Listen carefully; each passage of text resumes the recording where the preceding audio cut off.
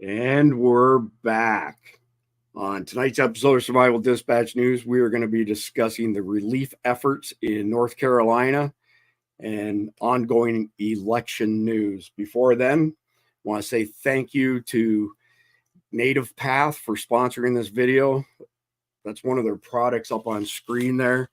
I've got a bunch of the packets here. So I started using this product a month ago or so, and I assumed that it was just going to be another BCAA drink mix, branched chain amino acids, but I was wrong. These guys actually took some research from the U.S. Army, created a completely different formula than anybody else has that specifically helps to increase muscle strength, reduce soreness, and improve bladder health. And that's the interesting one. So instead of getting up 3 or 4 times a night to use the restroom, now I just get up once since I started drinking this. So there's a link down below. If you click on it, you get 44% off, free shipping, and a free gift. So we really appreciate them sponsoring tonight's episode. We also have CCW Safe is sponsoring us now. Stay tuned for more information on these guys. If you're looking for the best self-defense coverage, they have it by far. And another new sponsor, Sawyer Products. We have put all of their water treatment filtration products through the ringer, and they passed everything with flying colors. Stay tuned for more on that topic as well. Anyway, we have got Doc Pete, Mike Hall, Carl Cottle, and our undercover intel agent S2 with us tonight. I asked Doc and Mike if they could please come on. They've been working around the clock on the relief efforts in North Carolina, and so we brought them on to give us an update. Doc, I'm going to go to you right away. Sure. Tell us how things have been going in North Carolina. It looks like Mike hasn't been working enough. You letting him rest or something? Yeah, he's been in a tanning bed. He got his nails done. He's just laying around. Look at those nails. It's what we saw in North Carolina, and we're back right now in Texas. We came back to vote and do our civic duty, but also to refit and then to launch other missions. There are multiple groups out there. We call this a task force, essentially, in our world. This is a task force. So we are probably the smallest sliver as far as the groups that are out there. But I would venture to say that we've made a huge splash in the ability to force multiplying, to come in on the ground and figure out problem sets. Some of them were not in our purview, so to speak, but because of the efforts of Mike and a couple people that left out early, 2 days after the event took place, the hurricane and flooding, the ADVON team, Advanced Party, they were able to conduct a recon. Recon will be a situation, give us a situation report, and develop a common operating picture, not only for us, but for other groups on the ground who came in with much larger numbers, which was awesome, right? So we had other groups out there. Heroes for Humanity worked with quite a bit. Even the Title 10 guys from Fort Bragg, that's active duty Green Berets that came out on the ground. They were friends of mine that came out on leave. I mean, it was amazing to see, and there's just so much there. But our lines of effort, but we're multiple. Our primary is always going to be and always will be counter human trafficking. But in the seams and gaps of chaos, that's where those things take place. You can't overlook the person that's just lost their house and is going to need some help, or a couple that's stranded on top of a mountain that needs a well check and land and provide what they need or get them out of there. So those things happen, but those are just the things that happen in the fog of war. But I'd like Mike, if it's okay, Chris, to give his situation from the ground, from the beginning, because that'll be a good way to lead into the other items that we conducted. That'd be awesome. I appreciate that. And I'll tell you what, Doc, I don't care what Mike says about you. You're all right in my book. I didn't know that the green room was being recorded. I'm sorry about that. No, man, I tell you what, when we got there, the Advon party, the first thing we did was we were received by some civilians up there running a point of distribution out of her garage, that family. And when I say point of distribution, there was a good half acre of nothing but supplies there. Just people donating to this. And she was just making a few calls, and a few calls turned into 100 calls. And then 100 calls turned into a few hundred people showing up with trailers, low boys, U-Haul, Penske trucks full of everything from medicine to baby clothes, to baby formula. They were even planning ahead a little bit on the cold weather gear as well. So they had propane and plenty to eat and plenty of water. They were also offering their places up for shelter for some of these people that have lost their homes up in the mountains and in the hollers. It was, they fed us.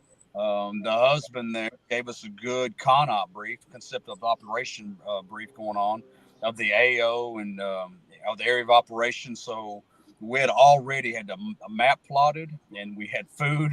We were being fed. We were being taken care of. And that point of distribution was as impressive as any FEMA point of distribution I've seen. And it was really cool to see. Actually, that was one of the questions I wanted to ask you guys. Last time that we had you on, I asked what the percentage of private individuals, private parties was relative to government organizations.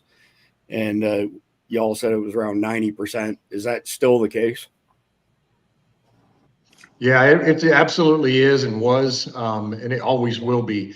The center of gravity for us and for people like you and me, and or imagine everybody on here, is people. Never forget that. The federal government, the center of gravity is infrastructure, it's things, it's items, it's bridges, it's roadways. That's their mindset. It's never going to change. And the federal government is so big. Whether you think that FEMA is nefarious or whether you think that they're just incompetent, I'm going to say that there's probably a combination of both involved there, but mostly incompetent. And it's just because of the size, and they are not set up for immediate response. The law enforcement locally, yes, they are set up for that, but understand that these are small towns with 6 or 7 deputies, maybe a small fire department, typically volunteer. Some of the fire department stations, 2 of them at least, one damaged pretty severely, the other one completely wiped off the face of the map. Impossible to respond when that happens to you. So those responses were hindered. They were also, these local families, law enforcement included, they're going to go take care of their family first. We saw it in Katrina. I saw it in Katrina, Rita, and Harvey. Mike's, responded a lot more than I have on those things. And so we see that they're going to go take care of their family first. I want you to understand something important here. While we're talking, I want you to be thinking about that this is a proof of concept. The response that happened out there was a proof of concept, whether it's a natural disaster or unnatural, right? Man-made. Whatever it is, the proof of concept is when you dial 911, nobody's coming because they can't. Either the local ones are taking care of their families, or the federal government just can't do it because they're such a cumbersome operation and institution, they can't do it. And at their upper level echelons, in my book, in my estimation, they are completely morally bankrupt.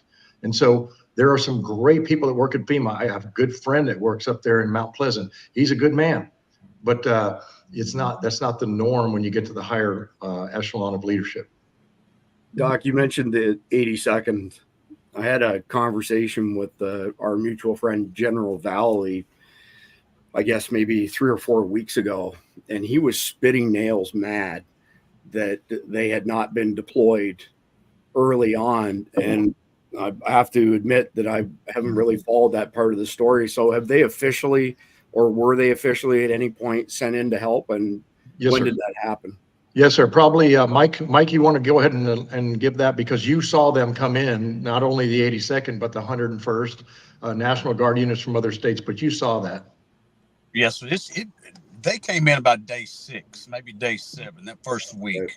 It wasn't the initial onset. They moved in the airfields and the points of distribution and the fire stations and things like that about day 6. Now the National Guard maybe a day or 2 prior to that, but on the ground level, getting the ground level debris clear out of the federal buildings and things like that. Whatever they were tasked to do. But for instance, in Marshall, the National Guard there were only there to get a certain sector of buildings taken care of, and they had shovels and backhoes, and they had their bobcats and things like that just to get the debris out of the way so they can get in there and get some work done. So based on your prior experience, Mike, dealing with these types of disasters, is day 6 or 7 normal, or would it typically occur sooner than that?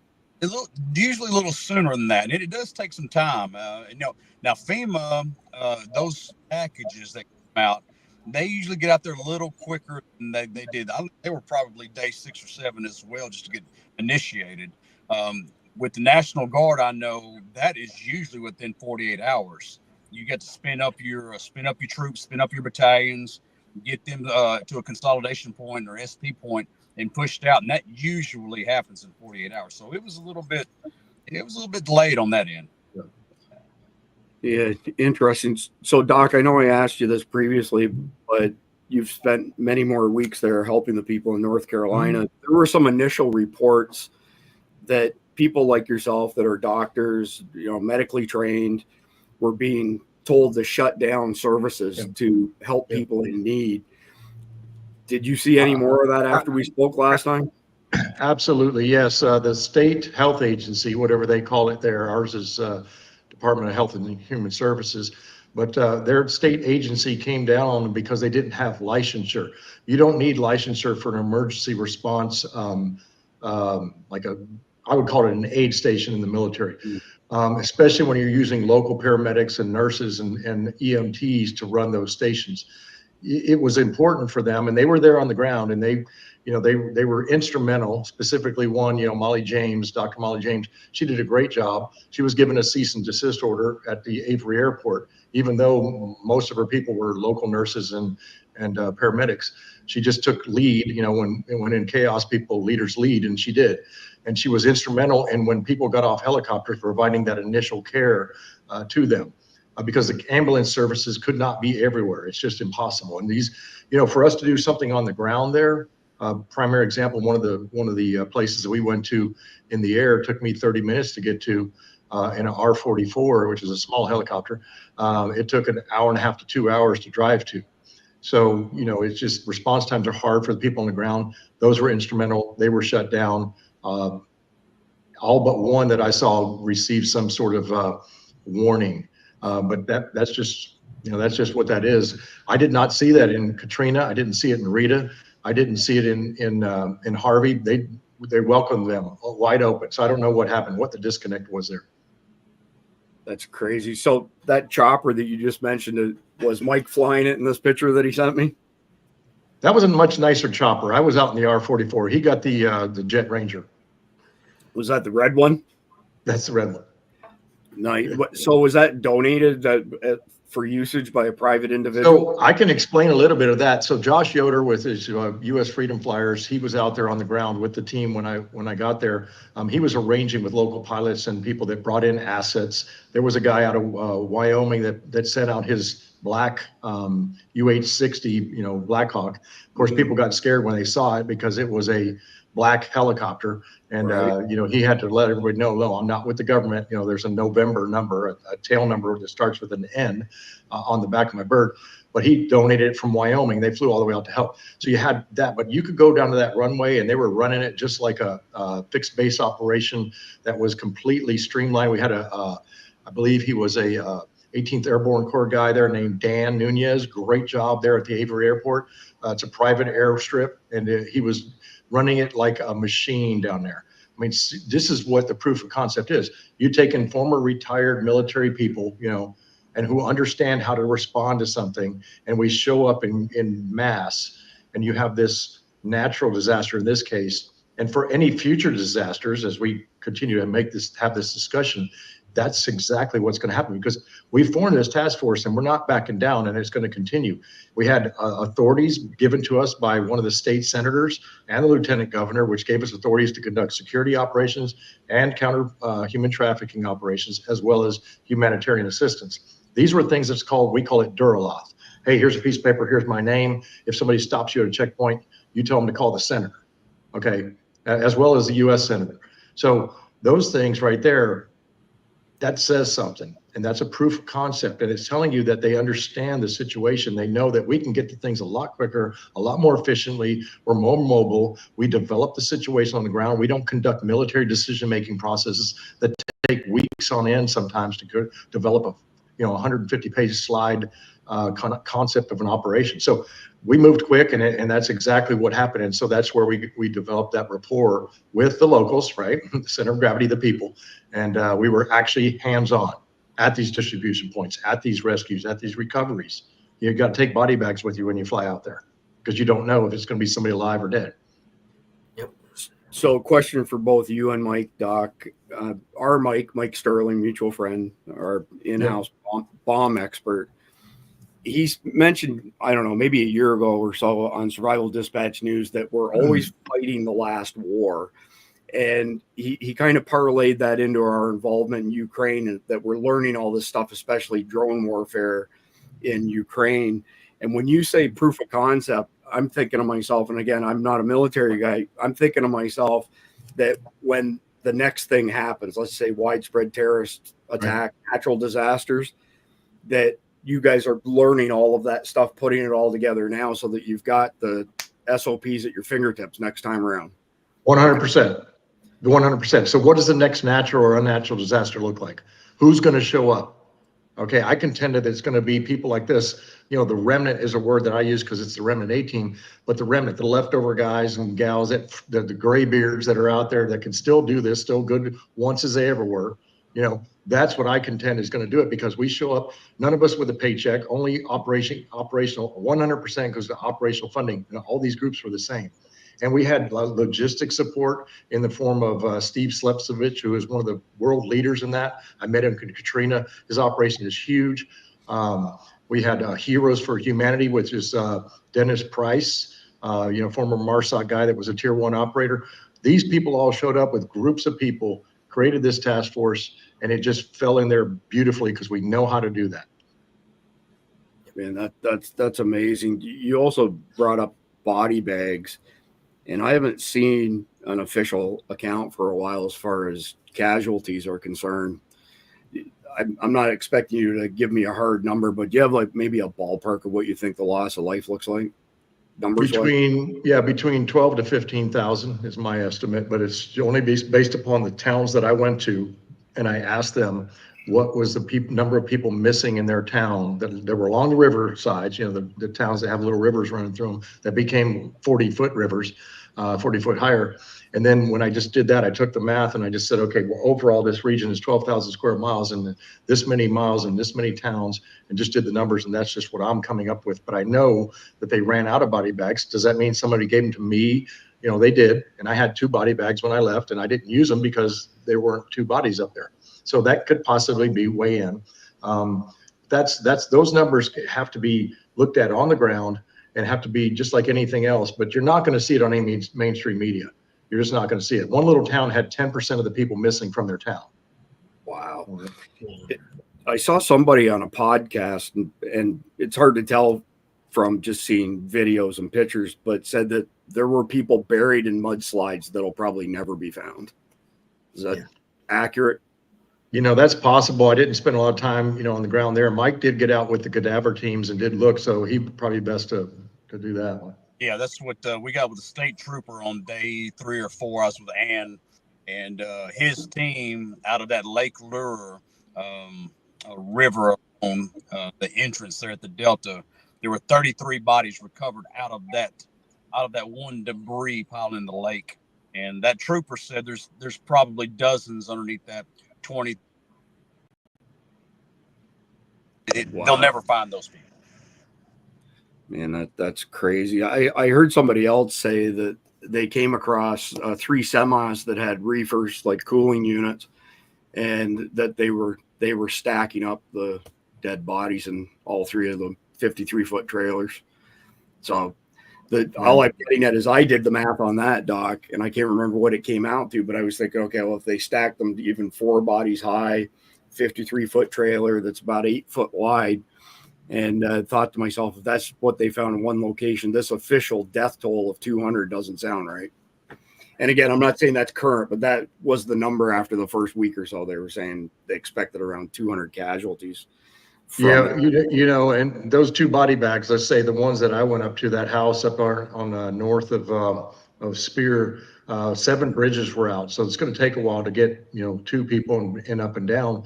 But those family, when I got on the ground and I asked, it was Uncle Billy who came out, thought we were feds. He's like, "You in feds?" "No, we're not feds."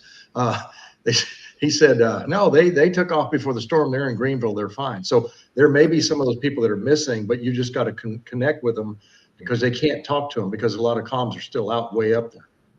Gotcha. Were you all using Starlink? We did. We got donated 2 units. Nice. That's awesome. I actually bought Starlink after Milton came through here because our service here for cell service is absolutely horrible. Normally our cell phones get routed over our cable internet. So I finally bit the bullet and we got that as well. I've got some pictures, Mike, that you sent. I was wondering maybe if you could just walk us through some of them here. Nice truck, by the way. Oh, look at that. That's a good friend, Mr. Scott with Trucking for Troops. He was bringing us a camper right there for do operations out of while we were there. Really good, really good, man. We can't thank him enough for everything. Right on. Yeah, that was Uncle Ted commenting on a few things, and Ann Vandersteel just reposted that and threw a little flair to it. And they may be onto something there, of course. And well, that's a whole other podcast right there about the lithium deposits and the quartz, second and third order effects after that. Yeah, amazing. I see you got your dog with you there, Doc. I think you're on mute, Doc. Sorry about that. Yeah, there's an echo in here, so I don't want it to reverberate. Yeah, Joe was instrumental in getting us into places where, if we had to get there quickly, we just we turned him in from a bomb dog into a cadaver dog, and he's got a nose for anything, so it was good. Right on.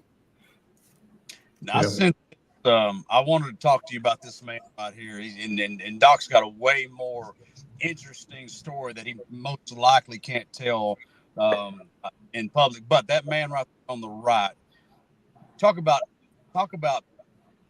just civilians and talk about residents helping out an entire state. That man and his wife and his family right there started out operating a point of distribution of a small church outside of Asheville. They had to go from that church, which had a pretty good sized parking lot and an airfield, a soccer field that we use as an airfield, to about a 45-acre compound, just because of the donations that man and that wife of his were getting to support that entire region. Damnedest thing, it reinstated my faith in humanity because I hadn't had much of it lately. But that they don't know what they did for me just seeing that. I had an absolute privilege working for them those several days there with that bunch of people. Yeah, that guy right there is retired military as well, and comes from a unit that you can't talk about. But I'll just say this: he just loves people, and he understands how to organize and how to move quick. And that particular element that he had developed down there of just local folks that weren't military, one other guy from the Air Force, but other than that, none of them. They were a machine down there running this stuff in and out of there. And they were able to give me intelligence from all the areas as to whether or not there was child trafficking and things like that, which we are going to keep that on the kind of the back burner. We won't talk about that on here. But that's right there is exactly how that works. That's hearing a human source to tell you something that's legitimate and verifiable, because this is somebody that has a vested interest in his community, who's not doing it for money. There's no remuneration for him. He's just doing it out of love for his community. So I'm going to echo what Mike said. Best people in the world. That's awesome. So when I saw this picture, I thought to myself, I don't think I told you this, Mike. I'm pretty fond of asking people if they know how many states there are in the United States of America. And of course, most people say 50. And when I met Doc in person, I asked him that question. He said, just one, just Texas. It's like, dang it. He's the first guy who ever got that. That's just the only one. It's the Republic of Texas, by God. Yeah, the only state in the nation's got a piece of paper saying they can leave anytime they want. That's right. There you go. That is right. All right. So speaking of the financial side of things, Doc, and I know you're not big on asking for anything from anybody, but I'm going to bring this up now. So the Remnant Ministry, texastx.org is Doc's website. Mike works very closely with Doc, of course, and he spoke to their lines of effort. So typically down on the border, this is how Doc started this stuff with a horse and a dog and gathering intel and relaying it back to his friends at Texas DPS, but also the child sex trafficking and spooling up new churches. You can go to Doc's website, top right corner, donate now, and you could donate money to help these guys continue to do God's work, not just in North Carolina, but in general. This is a nonprofit. Nobody gets a paycheck. And much like the gentleman that was in the last picture, Doc and Mike are doing a lot of this stuff out of their own pockets, as well as the rest of the guys at Remnant. Is there anything else you'd like to add to that, Doc? Yeah, from the ministry side, I'm going to say that natural disaster or unnatural human disaster, human-made, are always result in three. It's a triune attack, and I say this too. It's an attack upon their spirit. The spirit of the area was diminished because of, they lost people, they lost their homes, their soul, their heart is broken in many cases, and their bodies. Some of them are damaged, some of them are hurt, some are lost. And so that triune attack upon them, what we like to look at, and one of our prayer warriors said this to me, said, what you guys have responded is a triune response, because you care about their spirits and you talk to them about that, but you don't just talk, because faith without works is dead. You guys are out here doing. And that's what we're going to continue doing. We didn't know we were going to go to North Carolina. Our efforts are in Texas, but when we heard that there was possible trafficking, we're going to go look at it. And then the other thing is, that's kind of my old backyard. I'm going to say I grew up at Fort Bragg, so that's my backyard. And that's where I jumped into Robin Sage for our culmination exercise to become a Green Beret. So I know that area. I know those people. I love them. And it's kind of like family to me. And Texas has I'm glad you put the flag up. Texas had a repayment to make, if you will, because back in 1836 at the Alamo, February 24th, William Barrett Travis talked about it. He said, come to our aid with all dispatch. And a bunch of people from the Appalachians and Tennessee and North and South Carolina came down and stood at the Alamo. So I told that to that guy that was in that picture there, Kurt, I'll say his name. And it was just tears in his eyes and just like, well, thank you. And I said, no, thank you for sending those people down so that we could become a republic. Right on. I actually just went back and looked at my notes for this evening's show and realized that I forgot to bring up an article, story that James O'Keefe broke with regards to a whistleblower in FEMA, basically saying that they're focused on DEI initiatives over disaster response. And so the numbers you threw out there, like 90% plus private individuals, it wouldn't have surprised me anyway, but there is lots of other evidence out there that they took their eye off the ball on this one for whatever reason. And then General Flynn he's spitting nails mad here. This isn't that long ago. Yesterday, actually, October 30th, this was posted. And with regards to, many of the feds, especially, Biden or Harris, just haven't visited. They just don't care.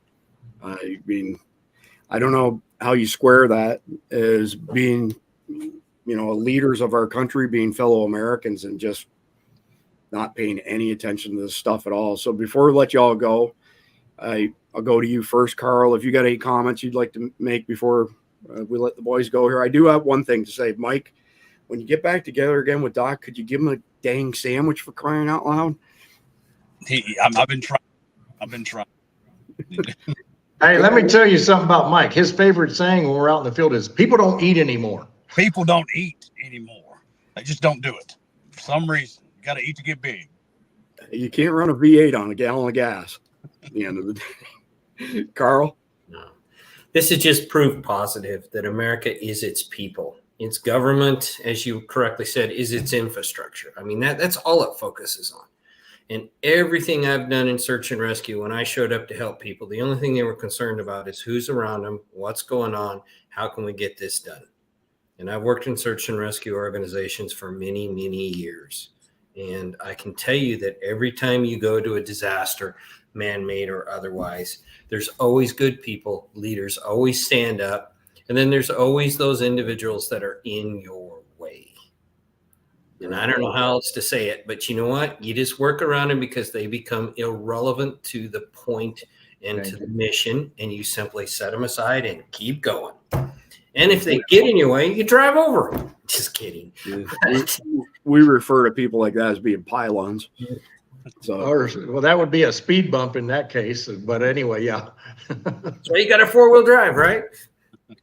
Yeah, I got to say as well that kudos, Doc, for saying Fort Bragg and not Fort Liberty. Every time I hear somebody say Fort Liberty, it's just like, it's like fingernails on a chalkboard. That don't make a lick of sense. It doesn't. But S2, if you got anything you'd like to chime in with, I mean, you're in North Carolina as well. Yeah, wanted to comment on the body count thing. There are some of the local news sources in some of the surrounding areas that actually are only reporting 95 dead. They're not even going up as high as 200, and we've already estimated it at over 15,000 as far as on our side goes. So yeah, and we've been through this before here in almost exactly the same way. We had 2 hurricanes run through here. What was it? Maybe 10, 15 years ago, we had Fran and Bertha run through here, and FEMA behaved exactly the same way through those 2, and people are still not even fully recovered from that. Yeah, that's insanity. All right, Doc, Mike, before we go, one of you made mention of people with gray hair helping, and we've all got gray hair because we're all a little bit long in the tooth. I saw a number recently that speaks to that says that less than 30% of males under the age of 40 can pass the entrance requirements for the military now. That's an absolutely horrific number. And I saw somebody else comment on it and say, well, I guess it's going to be up to the rest of us who are older to do something about it then. So kudos for being out there and doing some hard work under hard circumstances. Yep. We'll be back out there probably through March. We'll be going back out. We've got another big operation in February when it gets real cold up top, and we'll be doing what we call speedball operations, which will be dropping supplies from up and coming down. If there are, we've identified 7 particular locations to get that to. So that'll be the probably the culmination exercise, or not exercise, mission. Yeah, that's our intent. Doc, you and guys, Mike are many of us say we're proud to be American. S2, what do you have? Yeah, I'm probably going to be coming back out that way, so I'd like to be able to get connected up with you when we get out there. Absolutely. All right. Appreciate your time tonight, Doc. Mike, be safe. Stay in touch. We'll talk to you all soon. Hey, if we can't be safe, we'll be violent. Fair enough. Deal. All right. Thanks, guys. So for those of you in the audience, you can stick around here. We're going to continue on with S2 of Carl and myself and discuss some of the craziness that's going on in this election. So first one I'm going to bring up is a recent video of Donald Trump. Basically, you know what? I'll let him say it in his own words. Kamala has spent the final week of her failing campaign comparing her political opponents to the most evil mass murderers in history. That's what she's doing to me. 2 days ago, Joe Biden called our supporters garbage. You're garbage. He said that garbage. He called you garbage. He called all of us garbage. We're garbage. I remember the word deplorable. Do you remember the word deplorable? How did that work out, Hillary? Not too good.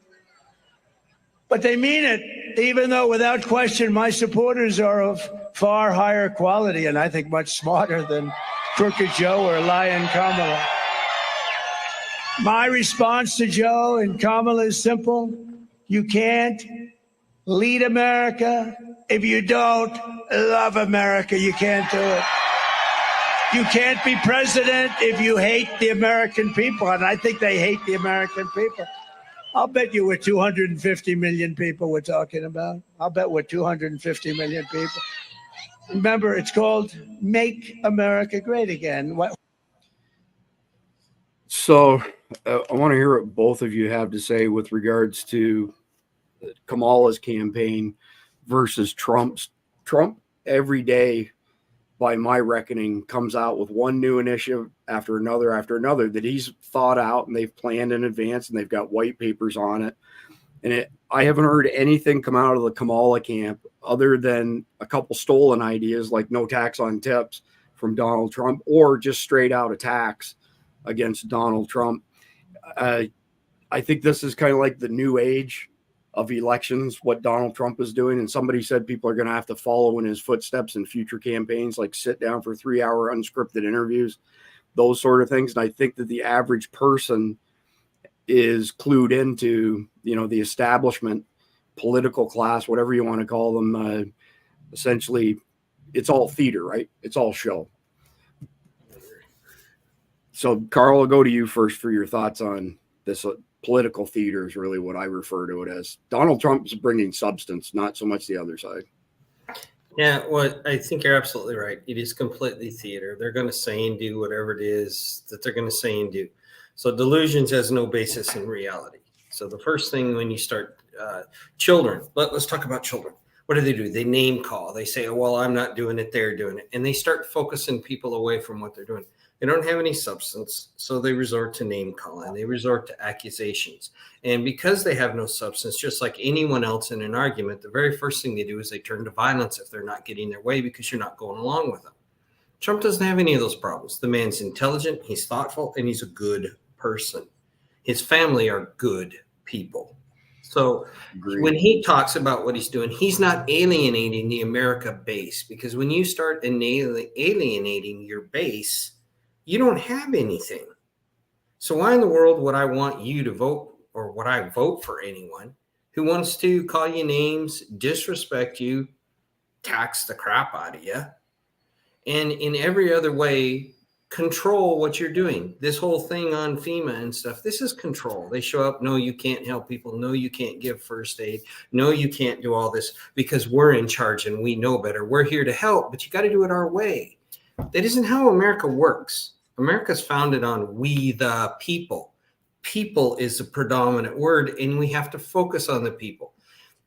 You know what? Your sanitation workers, they're great people. They're hardworking Americans.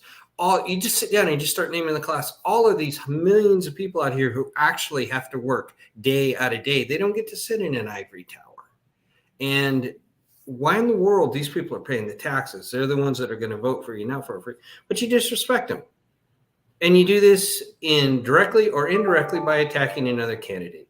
I mean, really, that's just rude, and it's demeaning. In a lot of ways, it's childish.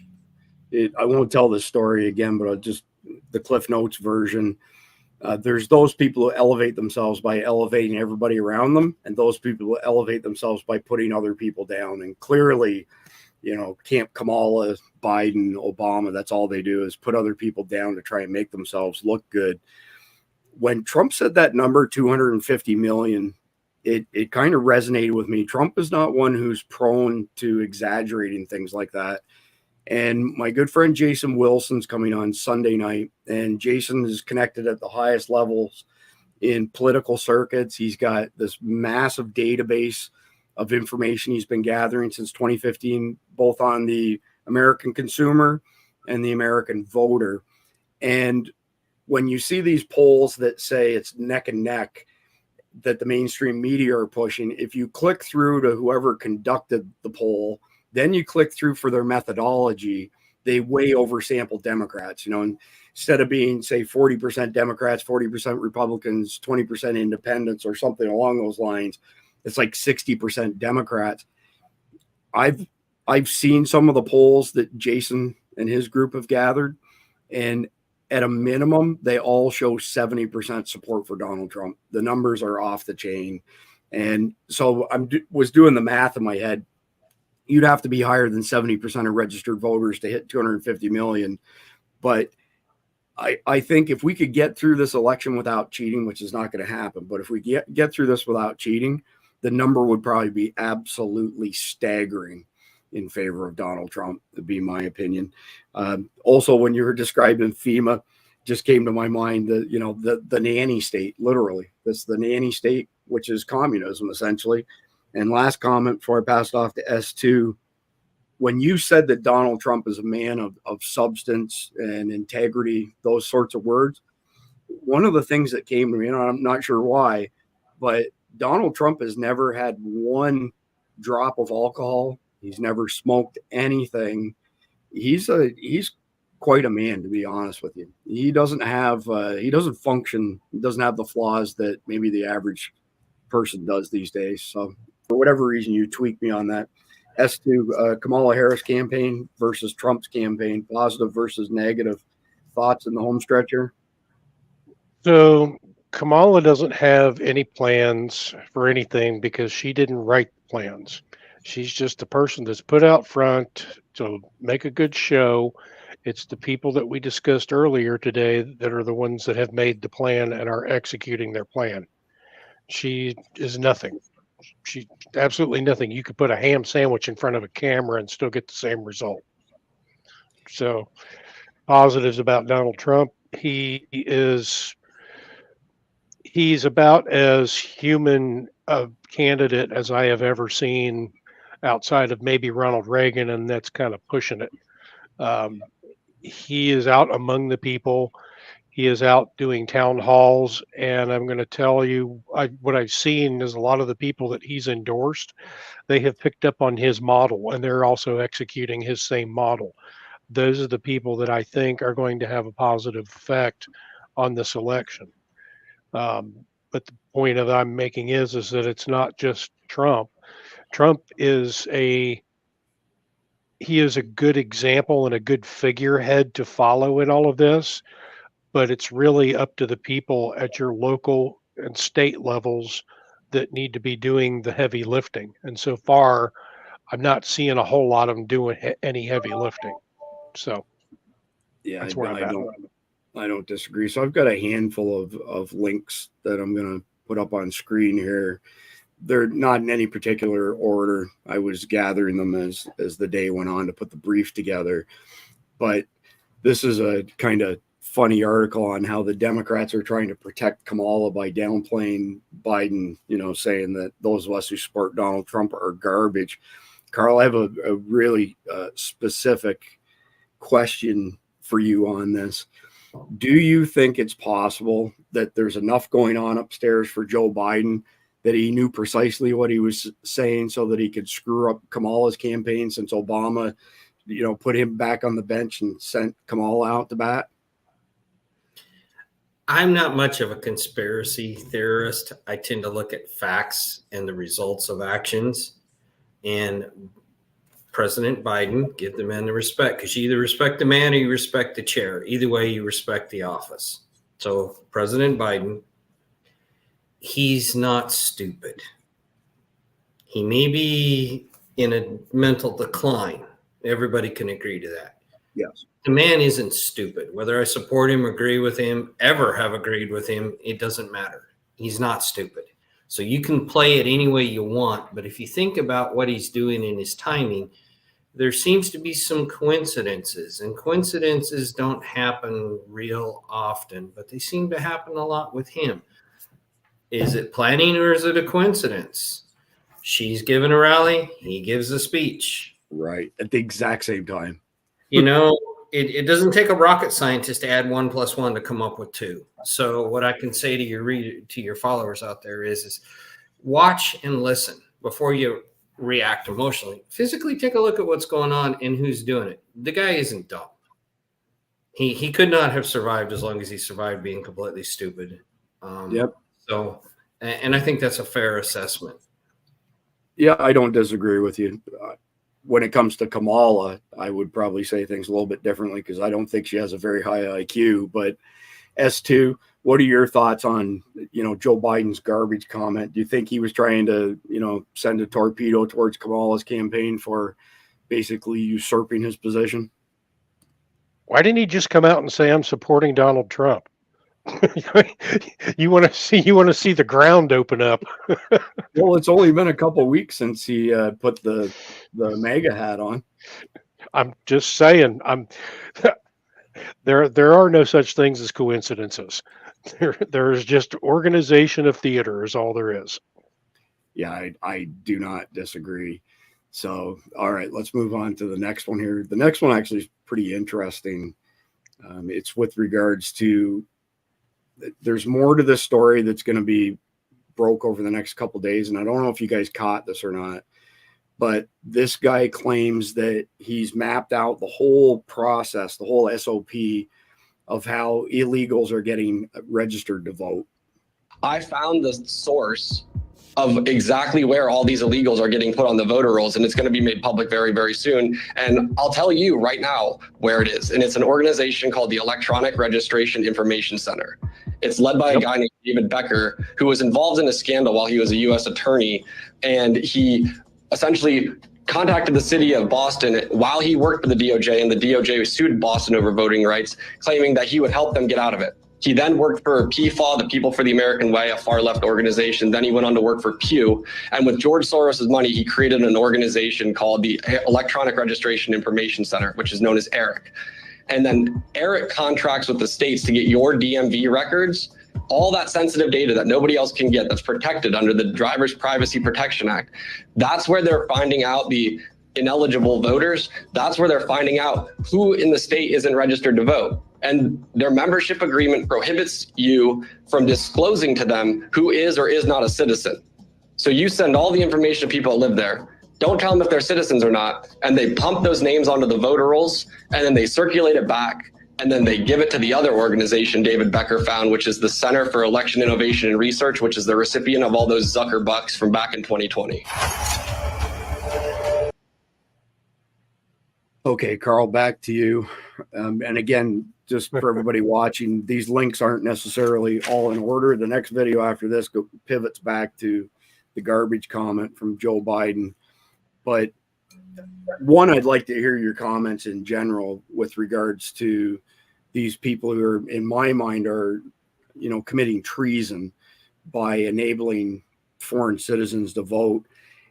And I'd like to hear your thoughts on that. And then I'd also like to hear your thoughts on, how do we fix this, Carl? How do we keep, non-citizens out of our elections?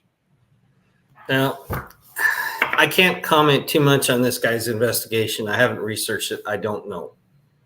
And what I can say is there's something suspicious about how all these people are getting on. And a lot of people are going to have to look at this as it's going to take some work.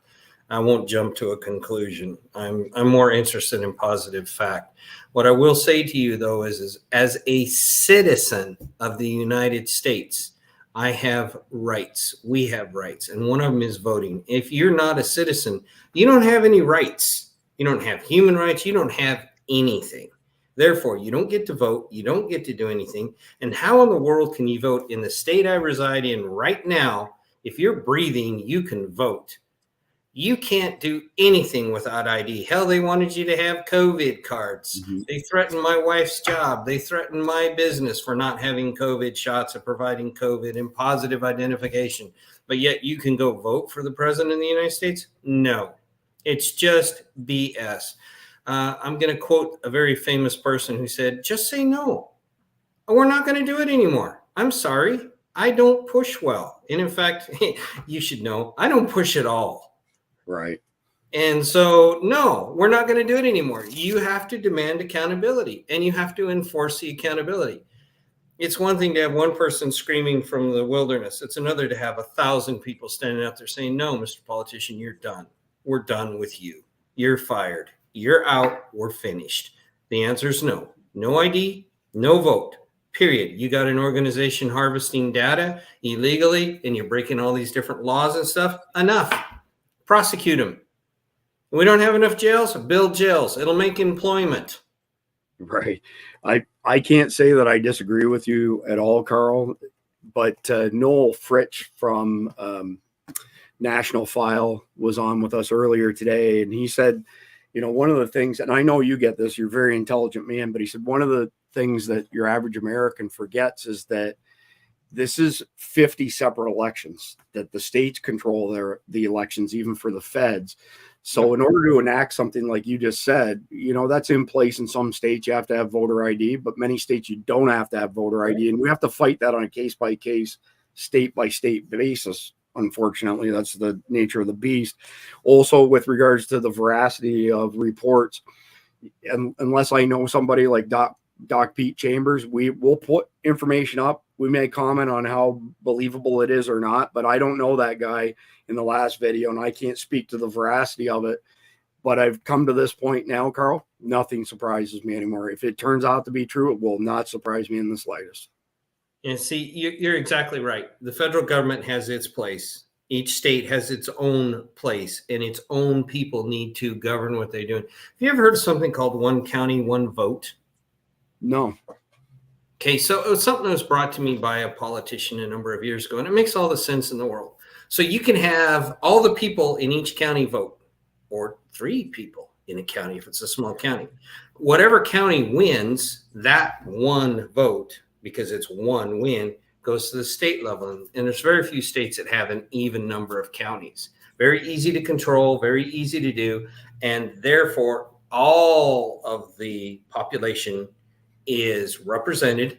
So if you have downtown Seattle where we have way too many people, and then you have way out here in the Hicks where I live, and we have a lot less, each county has the same authority because it's one vote. The winner gets one vote. And then you add those up, then they go to the federal level. But it's real easy to maintain who's voting, who's not voting when it's done locally. It's local control, just like law enforcement. You can't have the feds. You can't have the state. It's got to be local control because the laws here in this city aren't the same as they are in that city for a reason. So it is all about the individual states. It is about the counties. It is about the cities. And we, the people, we're back to that, have to take control. We have to be men and we have to say enough is enough. And the women the same way. Enough. We're done. This is how this is done. But we try through litigiousness, pass everything off. Oh, let the state do it. If someone's going to get sued, let them do it. Let them handle voters. Let this. We're not going to pay for it. You know what? Suck it up. We need to be responsible for our own area, our own people, our own voting. And then all this stuff starts to go away. But we have to take control and we do it locally. And that's kind of my attitude. So before we get S2's take on this, I will say that for the longest time, I've been just incredibly impressed at the foresight that the founding fathers had to come up with the Electoral College. I mean, knowing what we know now. So if you took LA County, it has a greater population than 27, 28 states. And Cook County and Chicago and New York City, they would decide who our president is every single time if it was popular vote versus Electoral College. But when I hadn't heard it described the way you described it, one vote per county, but I will say that I've bemoaned the fact in the past that if the founding fathers made one mistake, is they should have brought the Electoral College down to the county level, the state and county level, which is much like you just described, because our friends at Righteous Savages, John co-hosts Survival Dispatch News with me many times, lives at the very southern end of Illinois. And anybody who knows that area, like this is conservative farm country, they have no say in what happens with their state. It's all determined by Cook County and Chicago. And your idea of one vote, one county is essentially the same thing as Electoral College vote, where you have equal representation. So unfortunately, things are so divided these days, we'll probably never see another change to the Constitution happen. But S2 will get you to weigh in on this one before we move on. Illegals registered. I can tell you I can tell you without a doubt that that clip you just showed is 100% true. We looked into 2 organizations back in 2021. One of them was Eric and the other one was Edison. So Eric does indeed have access to the DMV records, and that is how they are tracing that back up through. However, states have the ability to reject Eric and not participate in their program.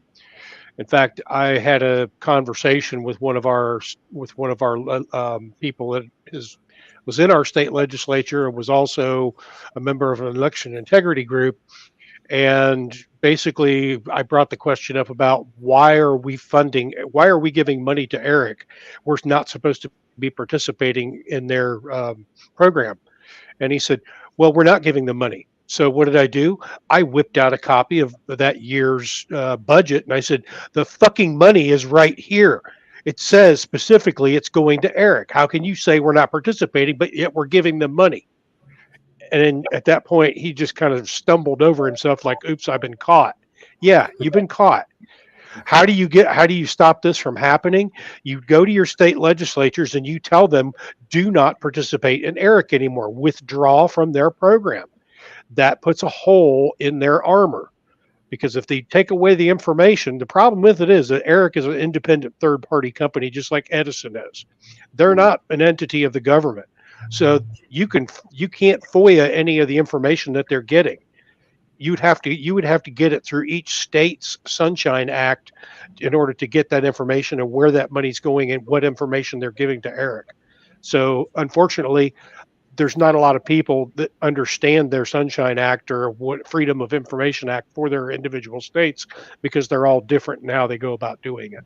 But this is one way that you stop this from happening. And you stop registering people automatically to vote when they go to get a driver's license. We found out 2 years ago when they were really surging the illegals in, that the illegals in Michigan were going to the Social Security office, and as soon as they got to the destination where they were going, they were given Social Security numbers and driver's licenses. Wow. So you got this Social Security Administration is just as much guilty in this process as anybody else is. They're giving them a Social Security card. That means that they're going to be eligible for Social Security benefits without ever having paid into the system in the first place. And Right. by the way, that system was a Harvard welfare experiment is what it was. It was never meant to be permanent until they turned around and said, oops, yeah, we're going to keep it. So Carl, we haven't spoke on this topic recently, but S2 has heard this countless times. The only way that I can personally square all of these anti-American, bad for America decisions from our government is that our government's under the direct control of our enemies. There's no other way to square all this stuff. They hate us. They do everything in favor of everybody in the world except for Americans. I mean, do you want to weigh in? Like, how can you explain? I use North Carolina as a frequent example because it stands out like a sore thumb. Anthony Blinken says we got $171 million that we're sending to them in Lebanon. And then the next day, we found another 80 million that we're going to send to Lebanon. And in the next breath, we hear somebody from the federal government say, well, we put this program in place and, the citizens of North Carolina, if they get online and they're truly needy, we'll give them $750. I mean, in an EDIL loan, not give them, it's a loan. So I've seen reports both ways that it is and isn't a loan. And if it is a loan, that makes a bad situation even worse. But again, how do you explain all of these things any other way than the government is under the direct control of our enemies? There's no other way to explain it, because not everybody, as you pointed out, Joe Biden, not stupid, he's got dementia, but not stupid. There's no way you could say, well, everybody in the government's stupid. That's just not the case.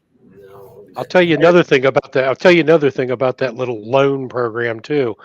I've had people go up there and try to get one of their loan forms, and the minute you ask them for a loan form, they say, you go over here to this building and we'll get somebody that can help you over there. And by the time you get there, they're gone.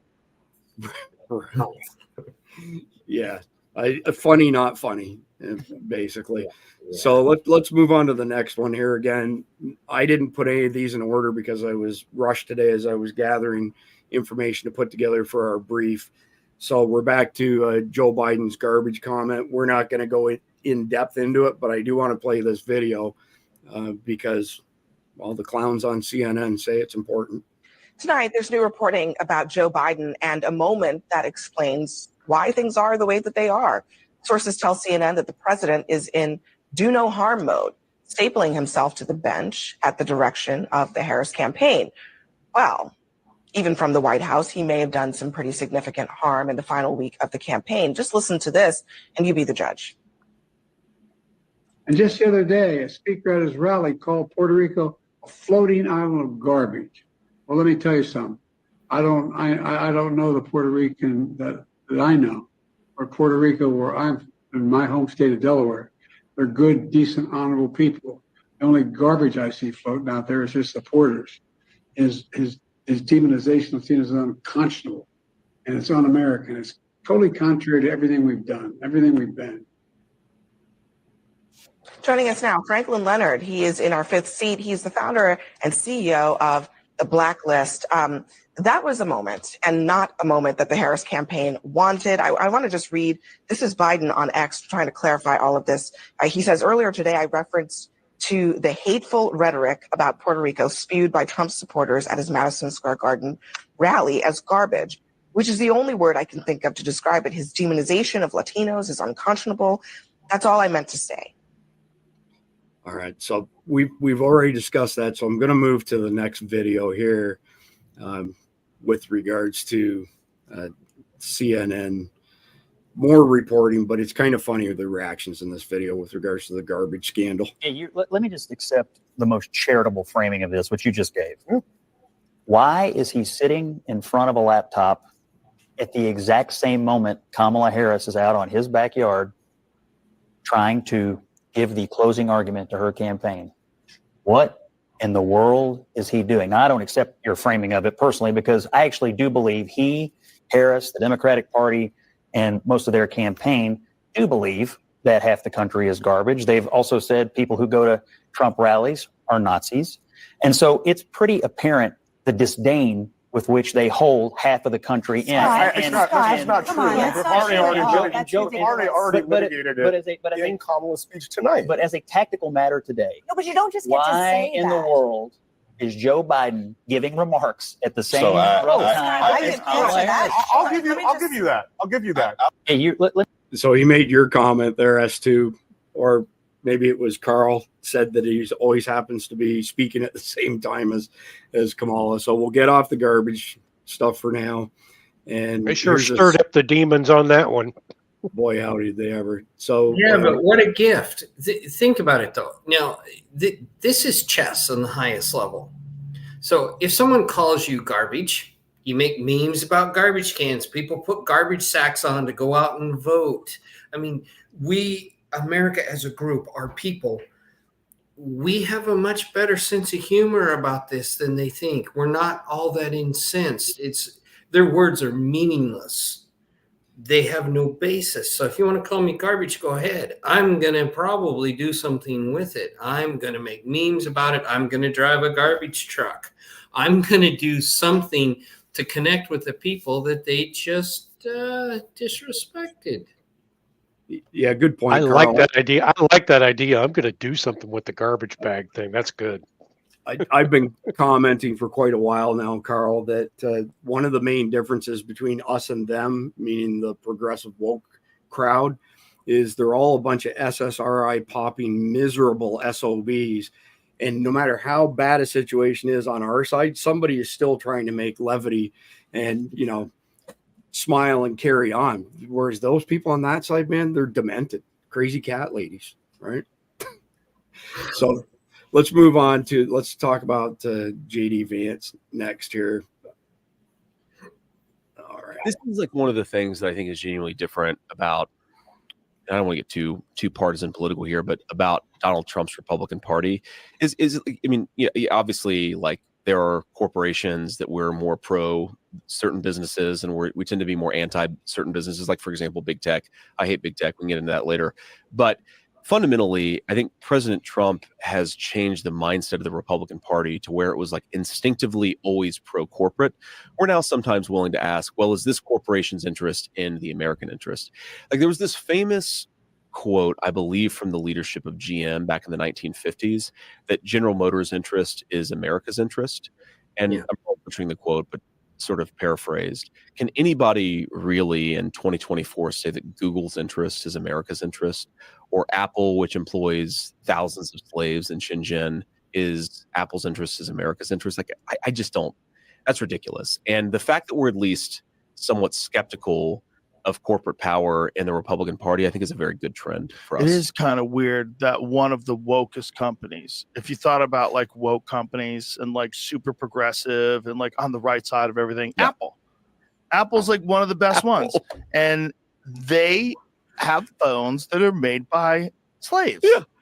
Like the people, like definitionally. yeah. Yeah. The people they're putting nets around the building because so many of them were jumping to their deaths. Yes. Instead of fixing the work conditions, they just go, that's right. Put up some nets. Yeah, put up some nets so that people can't commit suicide. The crazy thing is, you still, like, all these like progressive people are using these devices to talk about like important social issues. Oh yeah.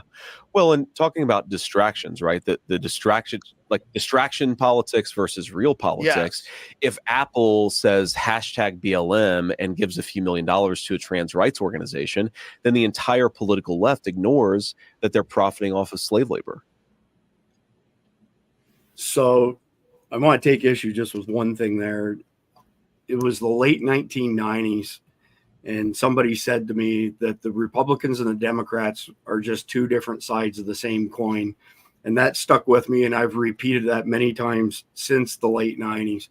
So when they talk about today's Republican Party, I don't know that there really is a party per se. You've got the Democrats are what they are.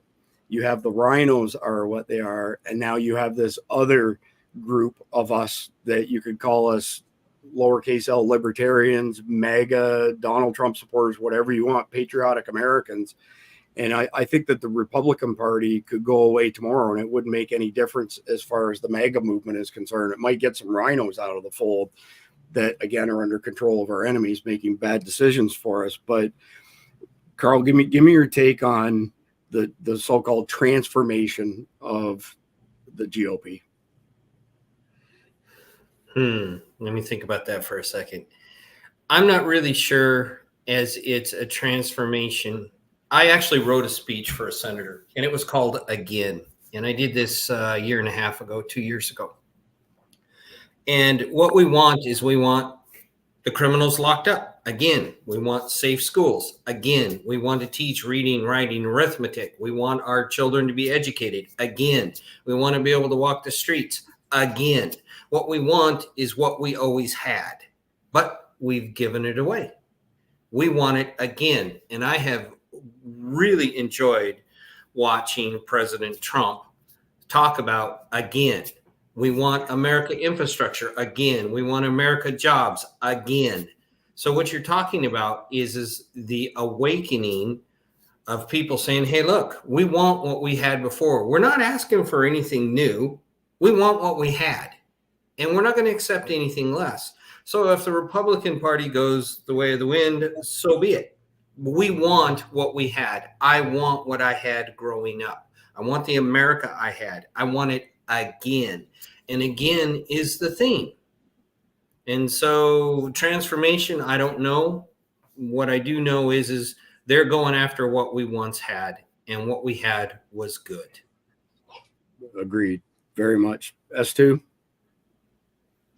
A very famous man once said, a man that will give up his liberty for safety deserves neither. Benjamin Franklin? Yep. Yep. And I wholeheartedly believe that. And I'm with you on this. One of the things that has eluded me is why they picked Michael Whatley. And I'm going to bash on Michael Whatley here for a little bit. When we had our RNC election here in NC, he pulled a bit of a dirty, underhanded trick. So the rules for the RNC here in North Carolina are that when you're going to be voting for your elected chairs and chair people and all of that stuff, is that you're supposed to show up and you're supposed to cast your ballot in person with your own hand. Well, what Michael Whatley did was he created an app where people were supposed to be there and they could vote using this app. Well, we found out that a number of people that supposedly said they were there were not there and used that app to vote. And I'm going to tell you what, he created a whole shitstorm on himself for that. I do not understand why Michael Whatley was picked as the co-chair for the RNC. Makes absolutely no sense to me. He is as crooked as a $2 bill. And when we talk about, and I'm coming to a point with this, where we talk about transformation or reformation of the Republican Party, I tend to think that what they've done is they're trying to stuff the genie back into the bottle so they can throw it out in the ocean where Jacques Cousteau can't find it. And I think they're gathering all these people to them in order to make that happen. I'm with you. I don't know. I think we need to go back to where there was no parties originally. The Democrats were the one that created the two-party system, or the Vanguard Party, as I will call them. They created the two-party system. We didn't used to have that. It used to be you voted for a person that you wanted to be there, you voted, or you didn't vote for that person that you didn't want to be there. That was how it was. I think that's where we have to go back to this homogenous, no party deal where everybody can have a seat at the table with all people that come to the table to make decisions about things. And that's what we don't have right now. We have one side that makes decisions. We have another side that makes decisions, and they never seem to come together because of their ideology. We get the communism out of the country and we start coming back and unifying as one people. That's the only way this is going to work. So the term compromise, this is a nation of conflict. Our government was set up on conflict. You got one side here supposed to fight like hell. One side here is supposed to fight like hell. We're supposed to come together in the meal as a compromise so that all sides are served. In a good compromise, each side loses something. But lately, since we're going back to, I don't know, Clinton, it's one side take all. It's winner take all. And that's not how this is supposed to work. We're supposed to have Congress, the Senate, and everything else, checks and balances. And we don't. We have somebody sitting up there writing presidential orders and other people just screaming and hollering in support. We've got to get back to a little bit more of the conflict in the government where they come together and compromise and we have a working solution. That worked. Neither side was always happy, but the country had a path forward. And this that was kind of the point that I was making when I was trying to say there. Yeah, I thought so. I was just trying to work it out. Just to play devil's advocate, though, I would say we haven't had real politics in many, many decades. It's all political theater, and it has been for years. Yeah, well, it's kind of like going to court. The truth doesn't always matter. It just depends on who puts on the best show. Right. Fair enough. Well, if you take their money away from them, which is their incentive to go to Congress, you take that money away from them, and then all of a sudden they're either there to do a job or they're not there. Yeah, self-serving is something that is a very strong element in the world today. People tend to do things at the expense of others. It's like climbing a ladder. You can either fight your way, work your way up the rungs, or you can get there by stepping on other people's backs. Right. And as they say, you should be careful on whose ass you have to kiss on the way back down again. Yeah. Yeah. The old adage. Yeah. There's too much self-serving. 100%. So here's a video. When I say pill popping, mental cases, SSRIs, this is a really good example of that. I hate you, you fucking orange pumpkin. You just caused me one of the most important people in my life. My dad. Donald Trump, I hate you. You will never be president again. You bastard, you costed me my dad. My dad was the most important person in the world to me, but now his colors are finally out. I hate you, you fucking orange pumpkin bitch. That continues on a lot longer. I got to take it off, but this is the state of our younger generation here in America. That they're loaded up on SSRIs. They say that some of them are so scared that the world's going to end in the next couple of years from climate change, that they have to take not just one SSRI, but they load them up on them. It's unbelievable. I mean, Carl, that's a case of make ass whoopings great again. Yeah. Like, what happened? How did we get to this point where this is the state of mental health in America? Yes. The weapon of mass distraction. Rectangle of death. Really, the emotional state of a lot of people hasn't changed, in my opinion, but we've given them a voice. And for whatever reason, that young lady was in distress and probably needed some help. But it didn't need to be out on social media. And a long time ago, those of us growing up, back when we grew up, if we acted like that, it wasn't a good thing, right? It shouldn't be out and it shouldn't be accepted. We have the right to speak First Amendment. We have the right to say and do whatever we want. And God bless us for having that right. But our social media, we shouldn't be posting the stuff we're posting. We've given voices to people who are emotionally stressed that should be quiet until it passes or till they figure out what's actually real or not real. And there's a certain amount of drama that they live on, and they become addicted to this, I think. I really do.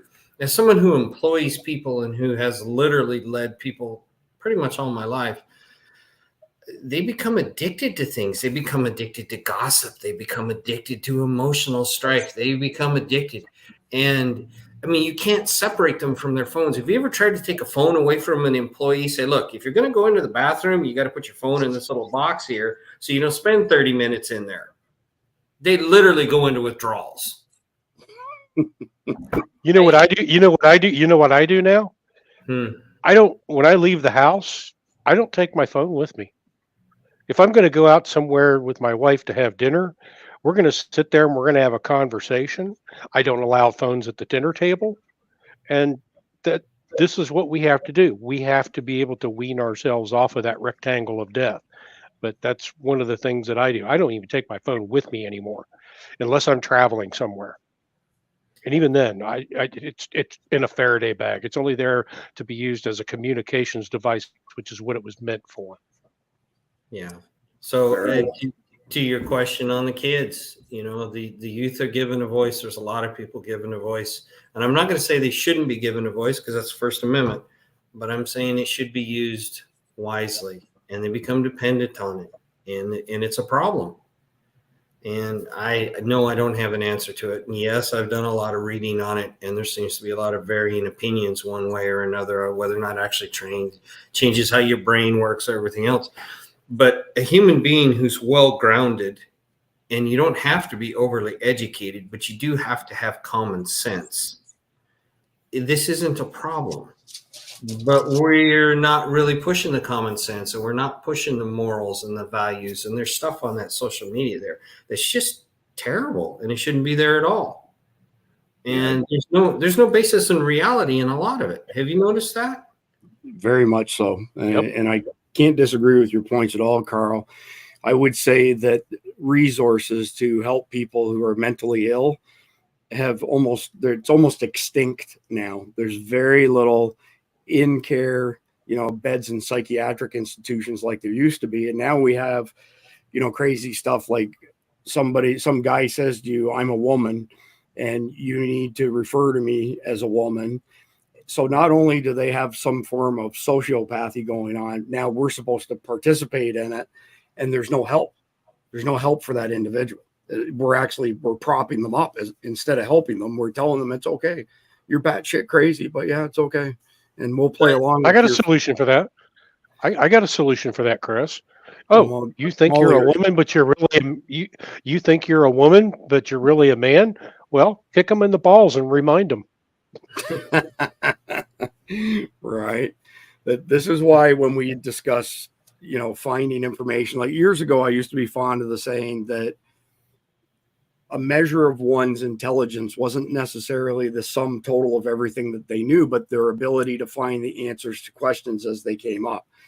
Problem solved. I don't say that anymore because, kids go like you said, with their weapon of mass distraction to Google, and then they parrot whatever they found on Google without double checking it. Oh, wait a minute. Google's programming me.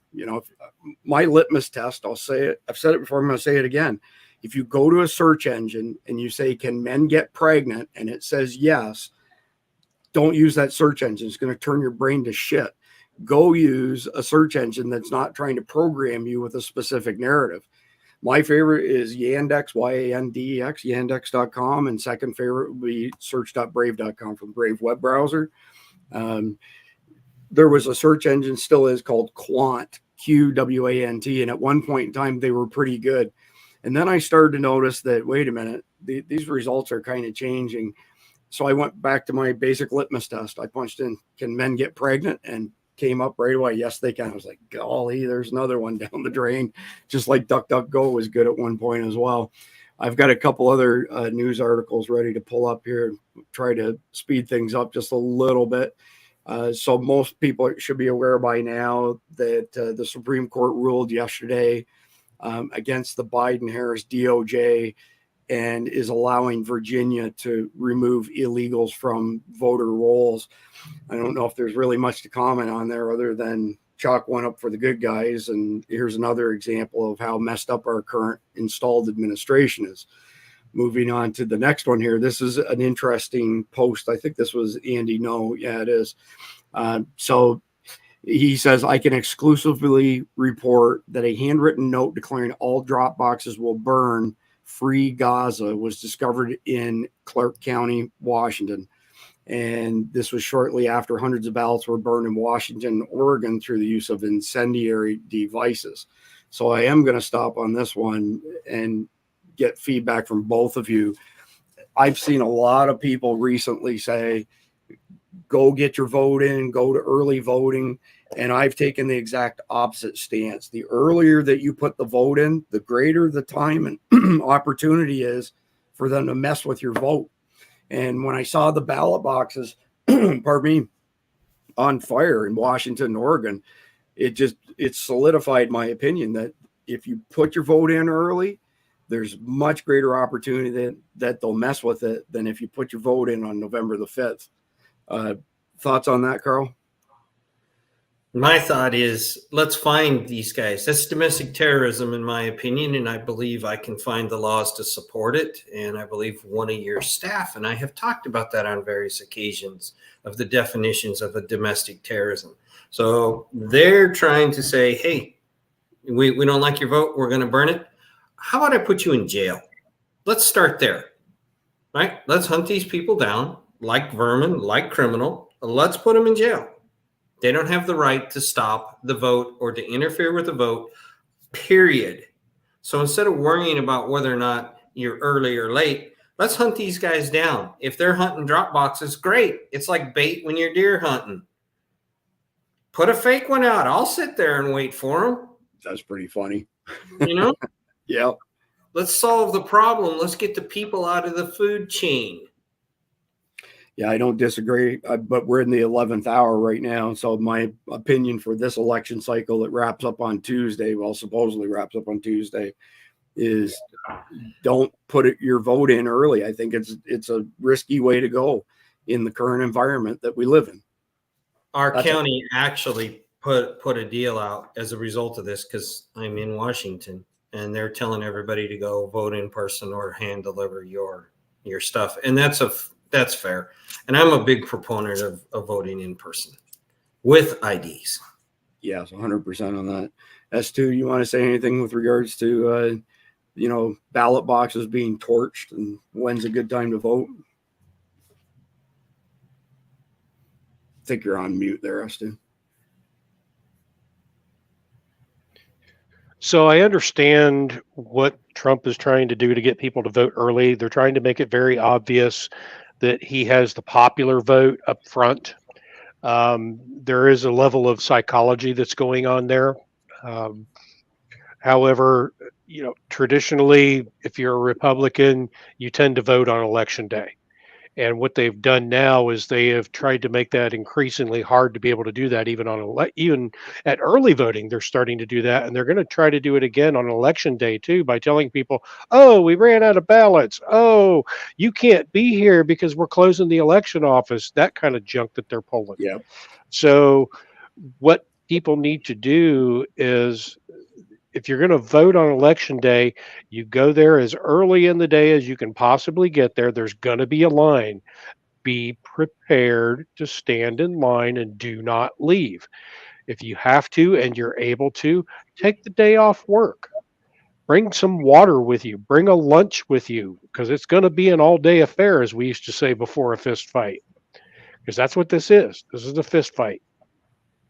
Yeah, it sure As is. for the drop boxes, those were thermite devices that were used. Antifa has been trained in the manufacture and use of those devices.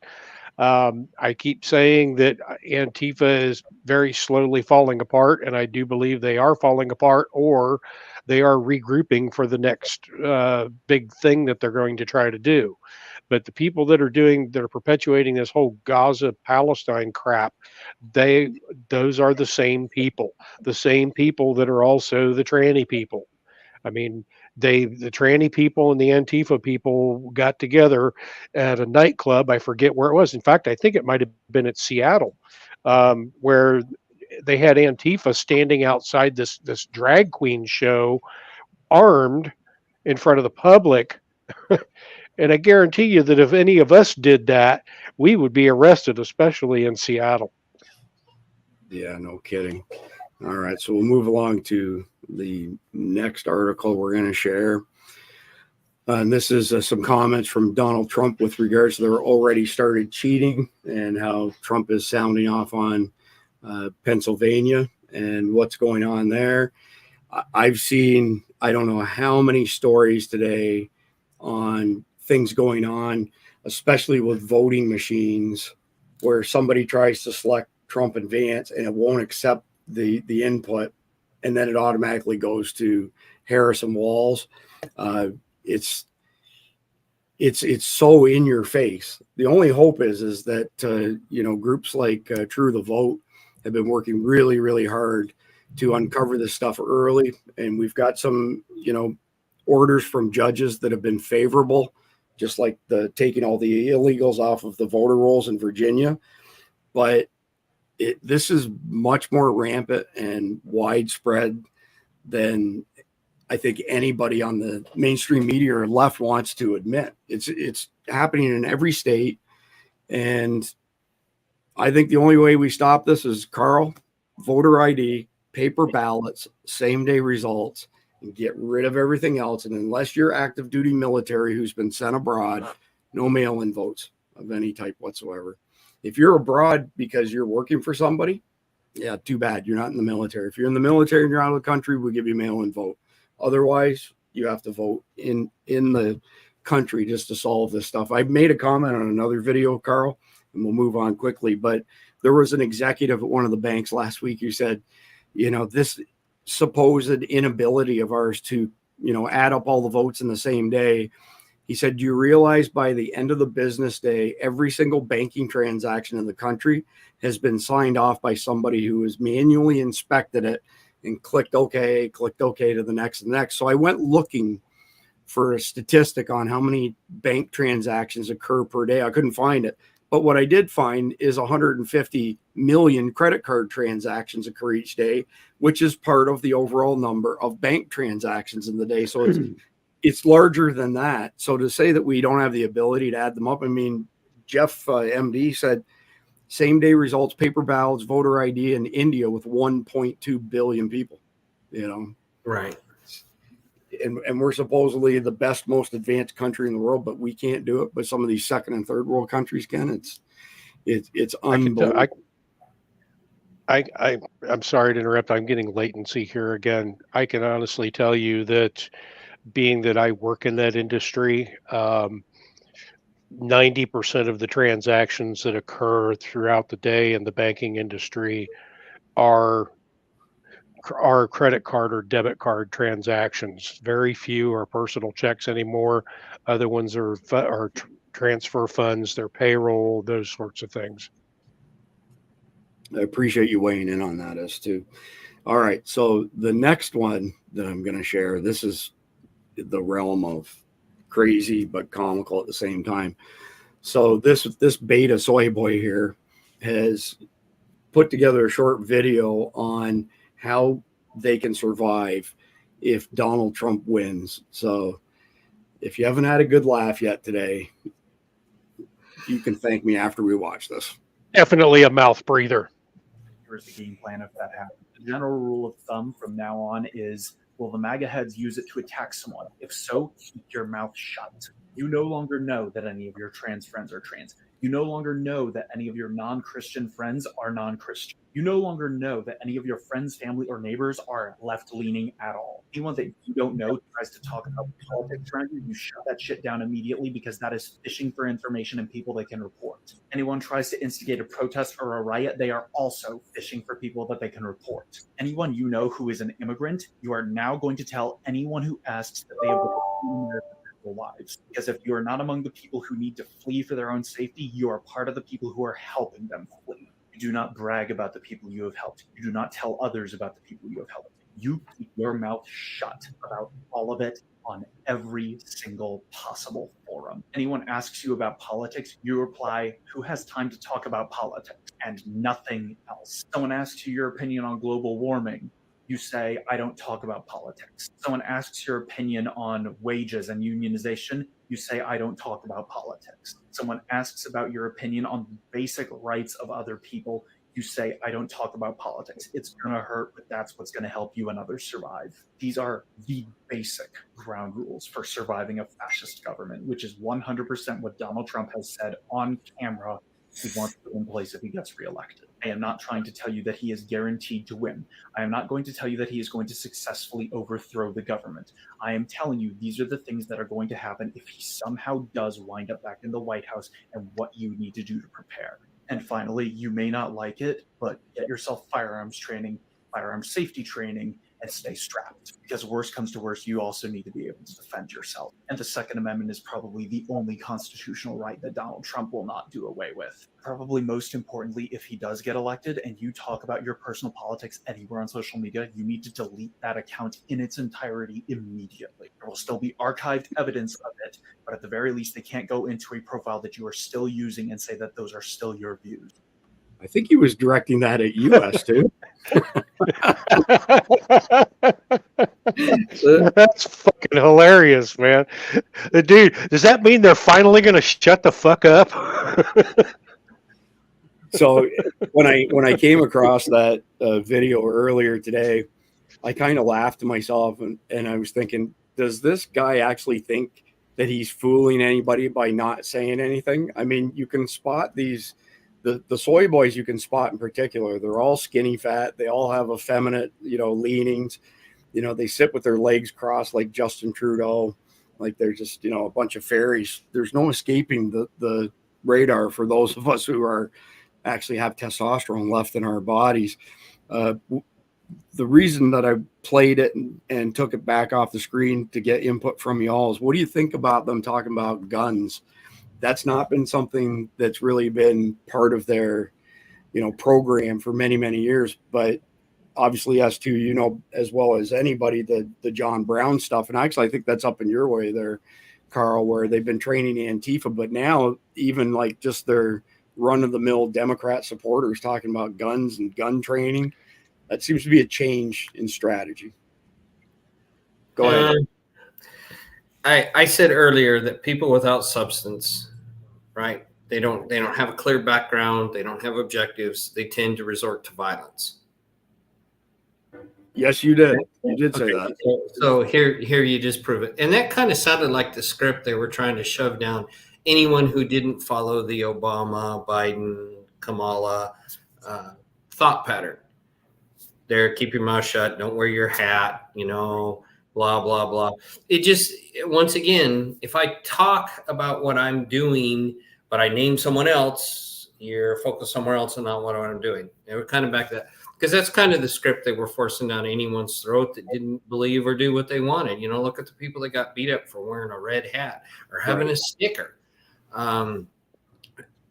They're just on the same bent. And in a lot of ways, it's sad to be that emotionally wound up and believe so many things that there's very little evidence for other than what you see on social media, right? It doesn't make any sense. Is there any proof that that's going to happen? I mean, honest to goodness proof? Well, their retort to that, Carl, would be, well, here's this video, and not recognizing the fact that the video's been edited, just like the Very Fine People hoax, where critical, words were left out and skewed the context. So I honestly believe that people like that guy believe that Donald Trump has said these things because they've been victims of this, disinformation campaign on the part of the propaganda machine, right? But I guess what you mentioned it earlier, Carl, so let's put it back on the table. You mentioned critical thinking and problem solving. At some point, by my estimation, in the 80s, especially by the 90s, we stopped teaching critical thinking all the way from elementary to post-secondary institutions, and we started teaching students to memorize and regurgitate. And that is now in full force in the general population, where they will hear a headline, they won't read past the headline, and they will parrot whatever that headline is from the mockingbird media, because they've essentially become a mockingbird themselves. And I don't think that was by fluke. Just like you said earlier, I don't believe that that's a coincidence. I believe that this was all part of the Department of Education coming about, 40 some odd years ago. And it's been a concerted effort to essentially dumb down Americans. I don't know. Well, so the goal is to educate someone to the point that they believe they're educated, so they can perform in some level in society, but not educate them to the point that they question what you're teaching them. Right? So everything that you propose needs to be questioned. It needs to be challenged. It needs to be researched. And if you're just simply regurgitating, and I will tell you a true story. When I was in college, I would go up to the professor and ask him, do you want what's in the book? Do you want what you tell us? Tell me what you want, because I'm paying you for the grade. I just want the grade. I'm going to give you whatever you need to get this grade and get out. And they would always tell me, it's based on my lecture. It's based on what's in the book. And if you can tell me that, you're out. Yeah, good point. So you just reminded me of something. I want to pull this up and then ask to give you a chance to speak to it as well. So this girl here, and I'll scroll down to the group picture on this thumbnail. It's easier to see. So this girl right here with the black shirt or jacket on has multiple degrees. I can't remember how high it is. If it's not a doctorate, it's a master's degree by the age of 21 years old. And this guy over here in this khaki colored jacket has a high school diploma, and he's in one of the trades. And they do these IQ tests on all of these people that are part of this group. And the highest IQ was the guy who was a tradesman here. And the lowest IQ was the girl who had all of the degrees. And she was literally crushed when the results came out. Her jaw literally hit the ground when they started saying, okay, well, this gentleman has the highest IQ from our testing.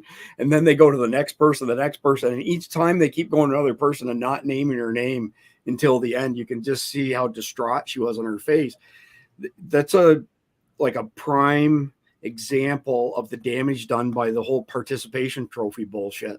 If you show up and you pay us, hundreds of thousands of dollars, like you just pointed out, to memorize and regurgitate, we'll give you this piece of paper, and you're now very, very smart, and carry on and do your thing. In reality, that's just not the case. So it's a for-profit thing. Yeah. Education is for profit. Don't make a mistake. Universities, colleges, they're there to make money, and they make money by getting you into classes. And the more classes they get you in, the more money they get. And then they get the government to help pay for it. So they're making money. They're institutions for profit. And we tend to forget that. Well said. I mean, follow the money, right? S2? As an add-on to that, I would also say that our society has perpetuated the myth that the higher level education you have, the higher IQ you have. That is absolutely 100% in my life experience false. I've known a lot of PhDs that are dumb as a sack of hammers. You put literally, if you put a hammer in their hand, they can't figure out which end of the hammer you're supposed to hit the nail with. And that's been perpetuated with all of these commercials you see on TV from Phoenix. Get your bachelor's degree in as little as 2 months. Yeah, no, that's just because you're paying somebody to give you that degree. Right. You put a tradesman out there. A tradesman is out there every day. I don't care if he's an auto mechanic. I don't care if he's an electrician. I don't care if he's a plumber. These guys are out there. This is what they do for a living. They solve problems. Yes, they do have a certain level of rudimentary training that they go through, but they solve problems and they have to do it on the fly. Yeah. So yeah, the tradesman, and you know, the whole comment about a Marine with a high school diploma. I'm sorry to tell you folks, but they really did teach us how to solve problems. We don't just eat purple crayons. The red ones are better. Right. Purple ones are far better. They taste like grape. That's too funny.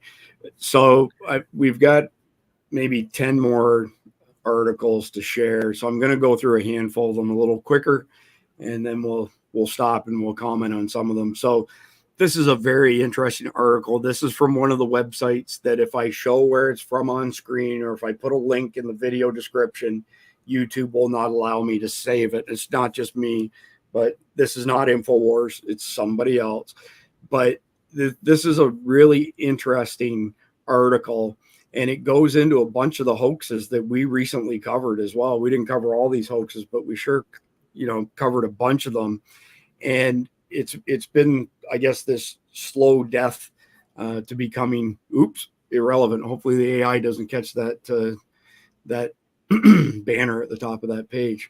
So moving all on. right, we already know who it is. Yeah, well, I'm trying to keep it out of the AI because, again, if they see it, they'll nuke the video on YouTube for sure. Here's interesting comment from Steve Bannon. I agree with him. If you support Trump, you're already on a list. And if Kamala is installed just like Joe Biden was installed, you will go to jail and, prison. And I think that's a very high likelihood and probability. It's part of the communist playbook, if nothing else. So moving on to the next thing here, I keep wondering, what on earth did Mark Cuban do for them to lord it over him to the point that he's running around from one microphone to another, screeching like a little girl? They must have some significant dirt on him to be running the circuit like he is and saying stupid shit. So 3 days after Tim Walz called half of American Nazis, 2 days after Joe Biden called half of Americans garbage, today, top Kamala surrogate Mark Cuban called Republican women weak and unintelligent. So let's have a listen to that. Donald Trump, you never see him around strong, intelligent women, ever. It's just that simple. Donald Trump, you never see him around strong, intelligent women, ever. It's just that simple. So I let that replay a couple times on purpose. So there's an article and a longer video over here on this other website that you just caught a brief glimpse of. By all means, go check it out if you want to know more. Personally, I've heard all I need to hear from Mark Cuban.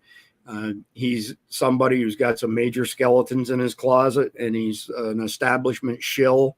And I don't think anybody should give any credence to anything that he has to say. All right, next one. JD Vance went on the Joe Rogan show, I want to say, for almost 4 hours. And I haven't listened to all of it. I have listened to most of it. Those of you who watch us on a regular basis know that I'm not entirely sold on JD Vance. I'm not saying he's a bad guy. I'm not so sure that he's 100% incorruptible, though. If something were to happen to Donald Trump, maybe I'm wrong, maybe I'm not. Either way, he has proven himself, in my opinion, to be the best debater and speaker that's running on either ticket. He's an incredibly intelligent man, incredibly fast thinker. So is Donald Trump.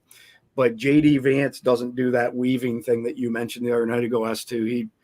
He stays on topic. So this is a topic that really bothers me because Big Pharma is the biggest lobby group in DC, and they're responsible for many, many evil things that have happened in our country. And if we don't do something about big pharma, we're not going to fix all these problems that we have. They've polluted everything with huge amounts of money. And I've said this before, rhetorical question, I'll ask it again. Nobody has to answer it, but why on earth are pharmaceutical companies advertising on TV and other venues like that? It makes no sense. That should be a conversation between you and your doctor, as opposed to you being programmed to go to your doctor and say, I want this drug because I saw it on TV. JD Vance, much more articulate than I am, so I'll turn it over to him now. Or, this is, I think, one of the reasons why we don't have more people asking questions about big pharma. Of course. Is the entire national media. Think about how many pharmaceutical advertisements you watch when you watch a football game. Yeah, let's get into this because this is an interesting one. So one of the things that happened that separated us from the rest of the world, other than New Zealand, is in the 1990s, they allowed pharmaceutical drug companies to advertise. That's right.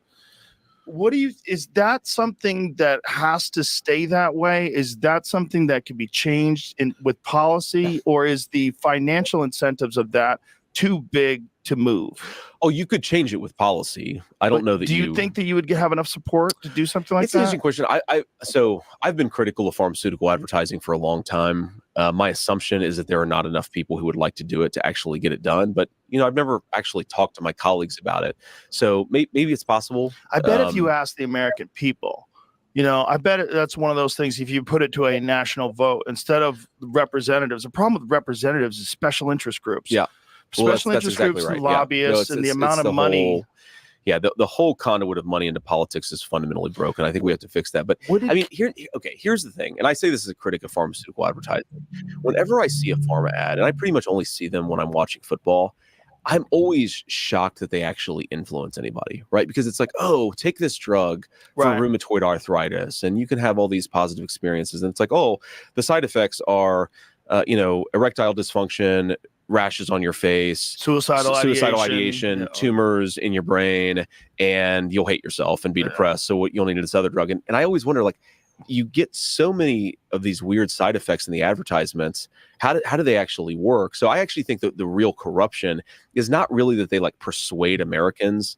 I mean, if you're going to take a drug, you're probably going to take a drug based on conversations with your doctor more than a pharma advertisement, but they do corrupt the media ecosystem, because if you're getting all that money from the pharma companies, then you're not going to launch investigations into some of the things you should be launching investigations into. 100%. And that's why it's dangerous, because it's not like these are completely innocent companies and then have never done anything wrong. So if you all of a sudden have them removed from your list of people that you're investigating just because they advertise, they've essentially bribed you. That's right. They've bribed you, and you're supposed to be the people that distribute the actual news to the American.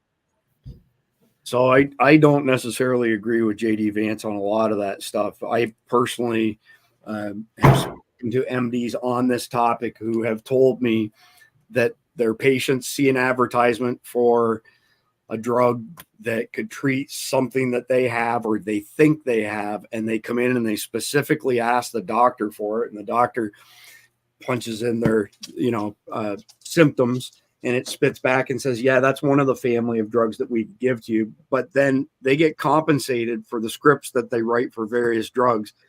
The compensation for the mRNA injections, there were doctors here in Florida who made upwards of $500,000 because each one that they gave added another one to the pile, to the list of compensation. So we're back to following the money.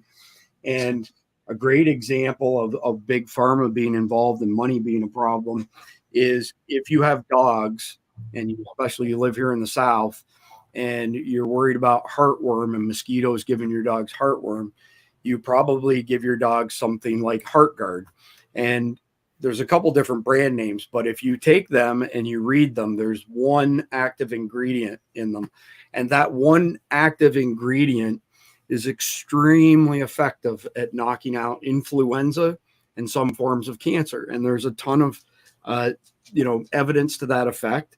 And that active ingredient in that HeartGuard has been taken over 15 billion times just in Africa alone because of waterborne illnesses like Giardia.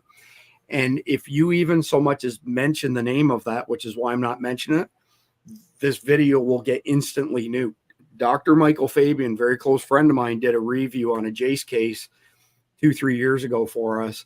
And they had a thing that said, if you're traveling out of the country, please check this box. And the reason that they asked people to check that box was because they would include extra pharmaceuticals that would be useful if you were out of the country and you got sick. And one of those pharmaceuticals is the active ingredient in HeartGuard, which if you contracted Giardia or something like it from drinking contaminated water, it would get you turned around very, very quickly. Point being is that Big Pharma flex their influence over Big Brother, the government, and Big Tech. And that's why even to this day, if I so much as say the name of that drug, our videos are gone from YouTube. That's best case scenario. Worst case scenario, we get another strike. So it's not an ingredient from the equestrian veterinarial group, is it? Yeah, sure. It's an anti-parasitic drug that's extremely effective that nobody holds a patent on, meaning nobody can hoard it, monopolize it, and make billions of dollars off it, which is why they don't want our audience and people to know about it. So for those of you who are Patreon subscribers, if you want to reach out to me over there, I'll be happy to tell you what that is if you don't have dogs and you can't see what the active ingredients are. Carl, your thoughts on Big Pharma, big money polluting everything? I mean, these are not people who have our best interests at heart. Well, they have their interest at heart. 100%. And it's not surprising when you self-serve and your only interest is in your profit margin. People do stuff. And I'm not talking about Big Pharma. The television people have to sell the space, right? Yep. So these people, we're a capitalist society, which is what we're supposed to be. And at some point, you should have some morals, but apparently we don't, do we? So, affirmative. Now, in the years of past, when we didn't appreciate what was going on, we didn't patronize it. We quit watching that television station. We didn't go to that store. We didn't buy that product. And we hurt them in the money. But now we just bitch and complain and keep paying them money. I mean, why do we keep going to Google? Why do we keep, blah, blah, blah, blah, blah? Everybody hates it so much, but yet we use it every day, all day. Why isn't there an alternative? Well, I'll speak up there. I don't use Google. It's a search engine, and we mention it frequently, Carl, that Yandex and search.brave.com are the two best choices for, information that's not been manipulated in pursuit of a narrative. But fair enough. That was my example. Yeah, I get was a generic example. So from my viewpoint, Big Pharma and the rest of those guys, we hear it out here in the country a lot about how they're polluting the waters and they're destroying everything and they're going to kill the ground. And there's a lot of emotional fear.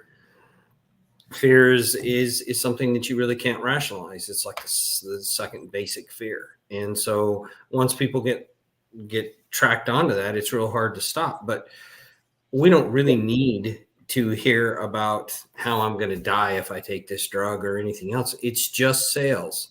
Turn it off. Don't go to it. If the doctor wants to recommend it and he says, hey, that's between you and your doctor, as you said, but it's money. And that's what it is. They're selling space and someone's going to fill that space. Yeah, 100%. 100%. S2, do you want to chime in on Big Pharma before we move into the home stretch here? Yeah, Carl, I think you hit on something there, and it bleeds over into so many different areas. And this is something that, if I look at from a intelligence preparation of the battlefield perspective, is that one of the biggest things that happens in a 5G war, or in any war for that matter, is every action has an emotional response tied to it. If you stop getting emotional over the things that are being presented to you, you start to back out of that picture and say, why are they doing this? And you start to question those things. And I think that that's really more of what needs to be done is, I realized that after Biden was installed, that all of a sudden there was a flood. I mean, a literal flood of pharmaceutical ads. You can't watch a show on television anymore, no matter how bad the networks are, how bad their shows are. But every commercial that follows is a pharmaceutical commercial. And the question I have is, who told them to open up the floodgates on this? This is what I want to know. And like I said, everything is an emotional response. They give you these commercials. They did it with the COVID stuff too. Pardon, I mentioned that word. I'm sorry. But with the arm ticket stuff, they had people out there dancing around in the doctor's offices and saying, "Get your insertion into the arm," and showing it like everybody's going to be happy. Now they're doing it with the Wegovy and the Ozempic and all of that.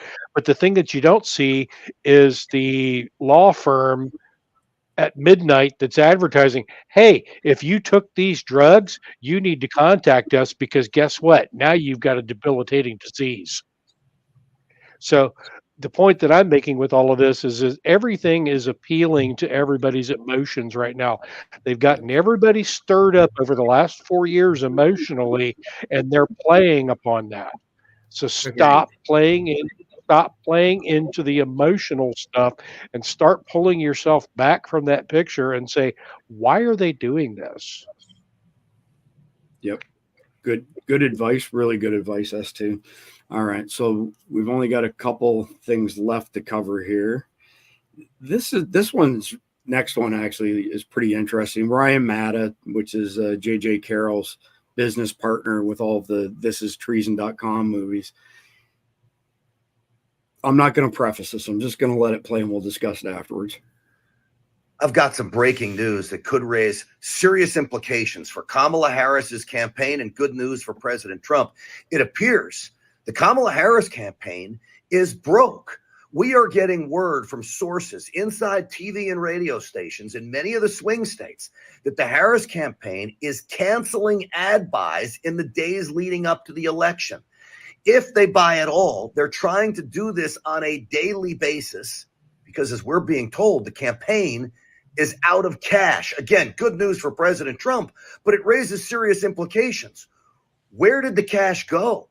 If she cannot responsibly manage her own money in her campaign, how is she going to manage the coffers of the United States of America?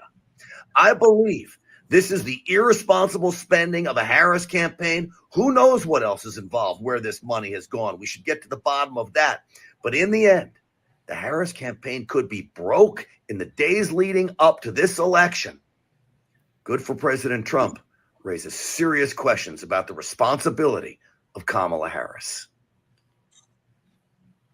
So probably spend it on drag shows. Yeah, I can't speak to the veracity of his comments. I'm not saying that he's wrong, but they have raised a record amount of money through dubious means and not legal means either, which is a whole other episode. But if she has burned through $500+ million to basically garner approximately 30% of the vote in the real polls, that kind of tells you just how much Americans don't like her and don't want her to be our president, not because she's a woman, but because she truly is. Carl, I get what you're saying. Joe Biden is an asshole, but he's not stupid. But Kamala Harris, come on now, she's more opportunistic than intelligent, if you ask me. You are not a stupid man. And anyone who believes that she's actually doing the managing of the money, that isn't how this works. For sure. There's other people. She may have absolutely no idea of what and how that's going in her organization that's so big. And there's so many moving parts. And it is a chess game as to whether you put an ad on or don't put an ad on or pull an ad. It's all based on numbers and where you think you're going to pull the influence. And honestly, thank you for your opinion, Mr. Whoever that put that video out. Thanks for the opinion, but there's too many working parts that's going on. And if the campaign has run all that out, as he said, if it is always true, if, here we have when I used to instruct law enforcement, and I still do occasionally, When we talked about lethal force, we called it a lure. So I throw this statement out: if you don't do this, you're going to die. It's going to be done my way and only my way, or you will be dead by sunset, right? You get this fear factor, you get them going, they're hooked to you, and you reel them in. So everything you say and do, you're on board. Okay. Hey, I've never seen the Darth Carl before. That's you just wait. Carl, it's the emotional response that I was talking about. Exactly. Right? And it just keeps playing out over and over and over. And when you step back and look at it, how freaking stupid do these people look, and how dumb do they think you really are? Because that only works once or twice on somebody, and then they just sit back and go, really? Bring it on. Yeah. I'm done. Bring it on. So I'm done. If she's broke, she's broke. I doubt it. I think you're seeing chest gain. Yep. I think that's what's at play right there. I think she is the very definition of a Manchurian candidate, in my opinion. And I've thought that for quite some time. Why? Why would you say no? Oh, hang on. I'll put it up there. Keep on talking. She's not a Manchurian candidate.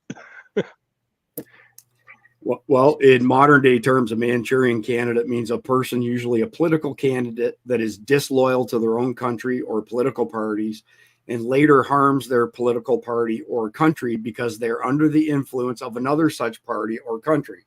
While in the past this was largely associated with brainwashing, in the modern day it is used to refer to any political candidate that may have ties to another country or an ulterior motive for their candidacy.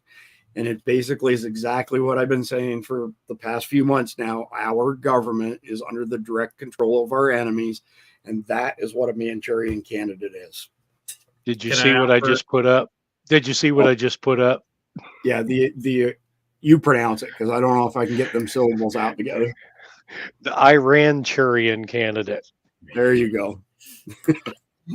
and I wouldn't necessarily disagree with that at all.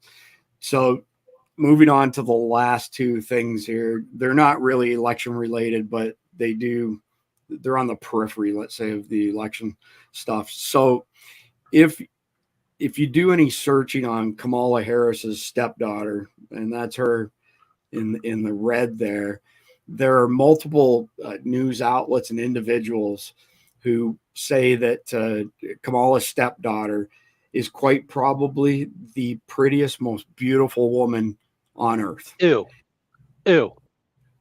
And if you scroll through these pictures, I mean, why would anybody even remotely suggest that she's not? Unsee. I mean, and I think that, they've convinced her that she's some goddess and beautiful person because she routinely acts like it. I mean, I don't know what you call that. I mean, she looks like a dude. So there's Ivanka and Kamala. I mean, that speaks to the insanity, if nothing else. So I'll just leave it at that. All right. So we are at the end of the episode. I forgot to do the conflicted question midway through, but it's a really easy one. So I'm going to throw it out there now. I'll go to you first, Carl, then S2. So due to the current events in the economy, what would be the best use of extra household income and why? I'll let you answer first, Carl. The best use of any extra disposable income? Well, first you need to keep some of that. Truth. Because prices are going up. I mean, that's just the obvious answer. And outside of that, I'm a big fan of food and consumables and commodities. There you go. You can't go wrong. You just really can't go wrong with that, because it may not be you that you're feeding. Yeah. Right? Are you really going to turn away someone who is a victim of the current economy or this, that, or the other thing that actually needs to eat? No, You're not. You're going to take care of those that you need to take care of. You can't do that unless you got it. Because so what are they doing to the hurricane victims, right? Food, water, shelter. Carl, you stole my thunder. Sorry. I retract. I retract and withdraw. Yeah, I should have known better than to give Carl first crack at it, because he's a super smart guy and he steals everybody's ideas because he's a super smart guy. But you know, this idea of running to firearms and running to self-defense and all that, that's all fine. But your number one thing you got to use is this. This is the number one thing. And you need to associate yourself. So extra cash helps with extra things. Yeah. I'm totally on board with you, Carl, all joking aside. Number one, nobody who's has any Christian values or beliefs is going to turn somebody away. You're going to try and do the best that you can to figure out how you can help them. And even if it's in a, post-apocalyptic scenario or setting, we've discussed this multiple times. Yeah. When you're stacking up your preps, it's a good idea to stock up like a charity bag of preps, so that you're not, you're not depleting your reserves, but you're doing the right thing by saying, look, here's a bag of stuff that will, sustain you for the next period of time, so that you can, find a long-term solution to your problem. I think that that's absolutely the right thing for us to do for our fellow Americans, unless they have a Harris Wall sign on their yard, then they get nothing. But that's a whole other story. Well, they get free psychological counseling. There you go. So I would basically say, and I give this answer frequently, is you stack up the basics: food, water, ammunition, those sort of things. Kevin shared the same ideas there. Plus, keeping some back. Might not be a bad idea to turn some of it, though, into precious metals. If the dollar collapses in some sort of, maybe the BRICS currency completely tanks our dollar, then what do you got to come back to something tangible that's not fiat based, right? So precious metals, land, whatever the case may be. But other than that, that's all I've got, is stack up the basics, and that's where I would put any extra disposable income. So much so, by the way, that I said to Cindy earlier tonight, I said, listen, we've got to go to Sam's this weekend and do another big load. Like, we're well stocked and well prepped for calamities, but we'll probably go spend another $1,000, $2,000 easily at Sam's this weekend, just to continue to grow our stockpile, because there's enough things on the horizon that it wouldn't be a stretch to see food supply chain nuked for an extended period of time, meaning weeks, potentially even months. And my final comment would be that we're never more than 3 missed meals away from anarchy. Got to have food. It's the most basic of things. S2. Yeah. So I've been through probably every natural disaster on the face of this earth, with the exception of forest fire, with the exception of setting my backyard on fire. And I can say that I have seen people helping other people all the time. Yeah. And I have been, over the last several years, been converting extra money that I might have into tangible things that would be useful for the future. Right now, we're pretty well set as far as most things go. So one of the things that I'm investing in right now is tech.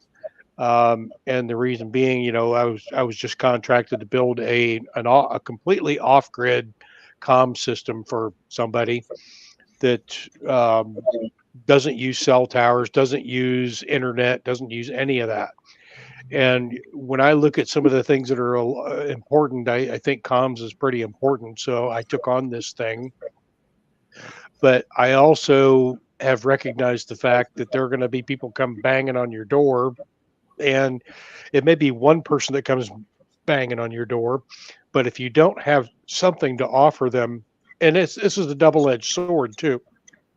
If you give somebody something that they don't earn, then they tend to come back with other people. It's kind of like the one single stray cat out on the street, that you feed the single stray cat, and then he brings back 2 buddies, and then the 2 buddies bring back 3 buddies, and so forth and so on. It just exponentially goes on. So there has to be a point at which you have to draw a line with that. It's a really difficult equation to navigate. But again, the things that I look at are you have to look at your three basics. You have to have food, you have to have water, and you have to have shelter. And the order of operations is water, food, shelter. So we keep a lot of extra water around. So if somebody needs to come banging on the door and say, "Hey, man, our water's turned off." Okay, well, here's half a case of water for you, and go on about your merry way. But the hard part of this all is that are these people that you know? Are these people that you have warned and they didn't do anything? Are these people that said, "I'm going to come take your stuff"? And that's when you really have to be on guard. It's a really tough situation to be in. But like I said, I've been converting my money, my fiat, into usable things that would be useful later on down the road. Not necessarily ammo, because we are well stocked on ammo, but food, water, that kind of thing. I'm not really sure what to tell anybody to say what you should do, but start converting your fiat currency into things that are going to be usable in the future, whatever your needs may be. 100% agree. All right. So if y'all could mash the like button, we would appreciate it. It helps with the algorithm. The more likes, the comments, the longer the view duration, the more likely platform is to recommend our videos to on it because they want it on their platform. The brief for tonight's video is uploaded to Patreon. I just put it up during the broadcast, and the briefs for every episode go up on Patreon for our insiders. 50% of the time, free accounts get access to it as well as paid accounts. I do want to add that I have a handful of action items that y'all can undertake in light of everything that we've discussed tonight. Number one, you can make donations to Doc Pete's nonprofit, the Remnant Ministry, tx.org. It'll go to a good cause. Again, those guys are putting their own time and money and effort into doing they're doing God's work in North Carolina, and they do the same thing on the border. And Doc has a very strong focus on human trafficking and child sex trafficking. So any help that y'all can give the Remnant Ministry, texas.org would be a good move.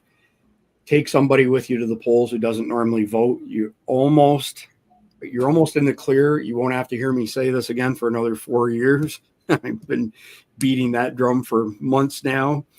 Make sure you share Survival Dispatch News and other truth tellers. The mainstream media, is nothing but propaganda, and the only way to get the truth out is to share what people like us are doing. And there's lots of other truth tellers as well. You still have time to volunteer. You could be a poll watcher if you have time. The more poll watchers, the better. And we've already covered the last bullet that I had was to stack up the basics: food, water, meds, and ammunition. I'll give both of you the opportunity to add one more thing to that list. Is there one more thing that people should be doing in light of everything we discussed tonight, Carl? Can't think of anything right off. And that means that we really have done a good job and that we've got to the end of the video. S2, is there one more thing or no more things and we're done? Get extra fuel. I've said this for the last 3 casts that we've had.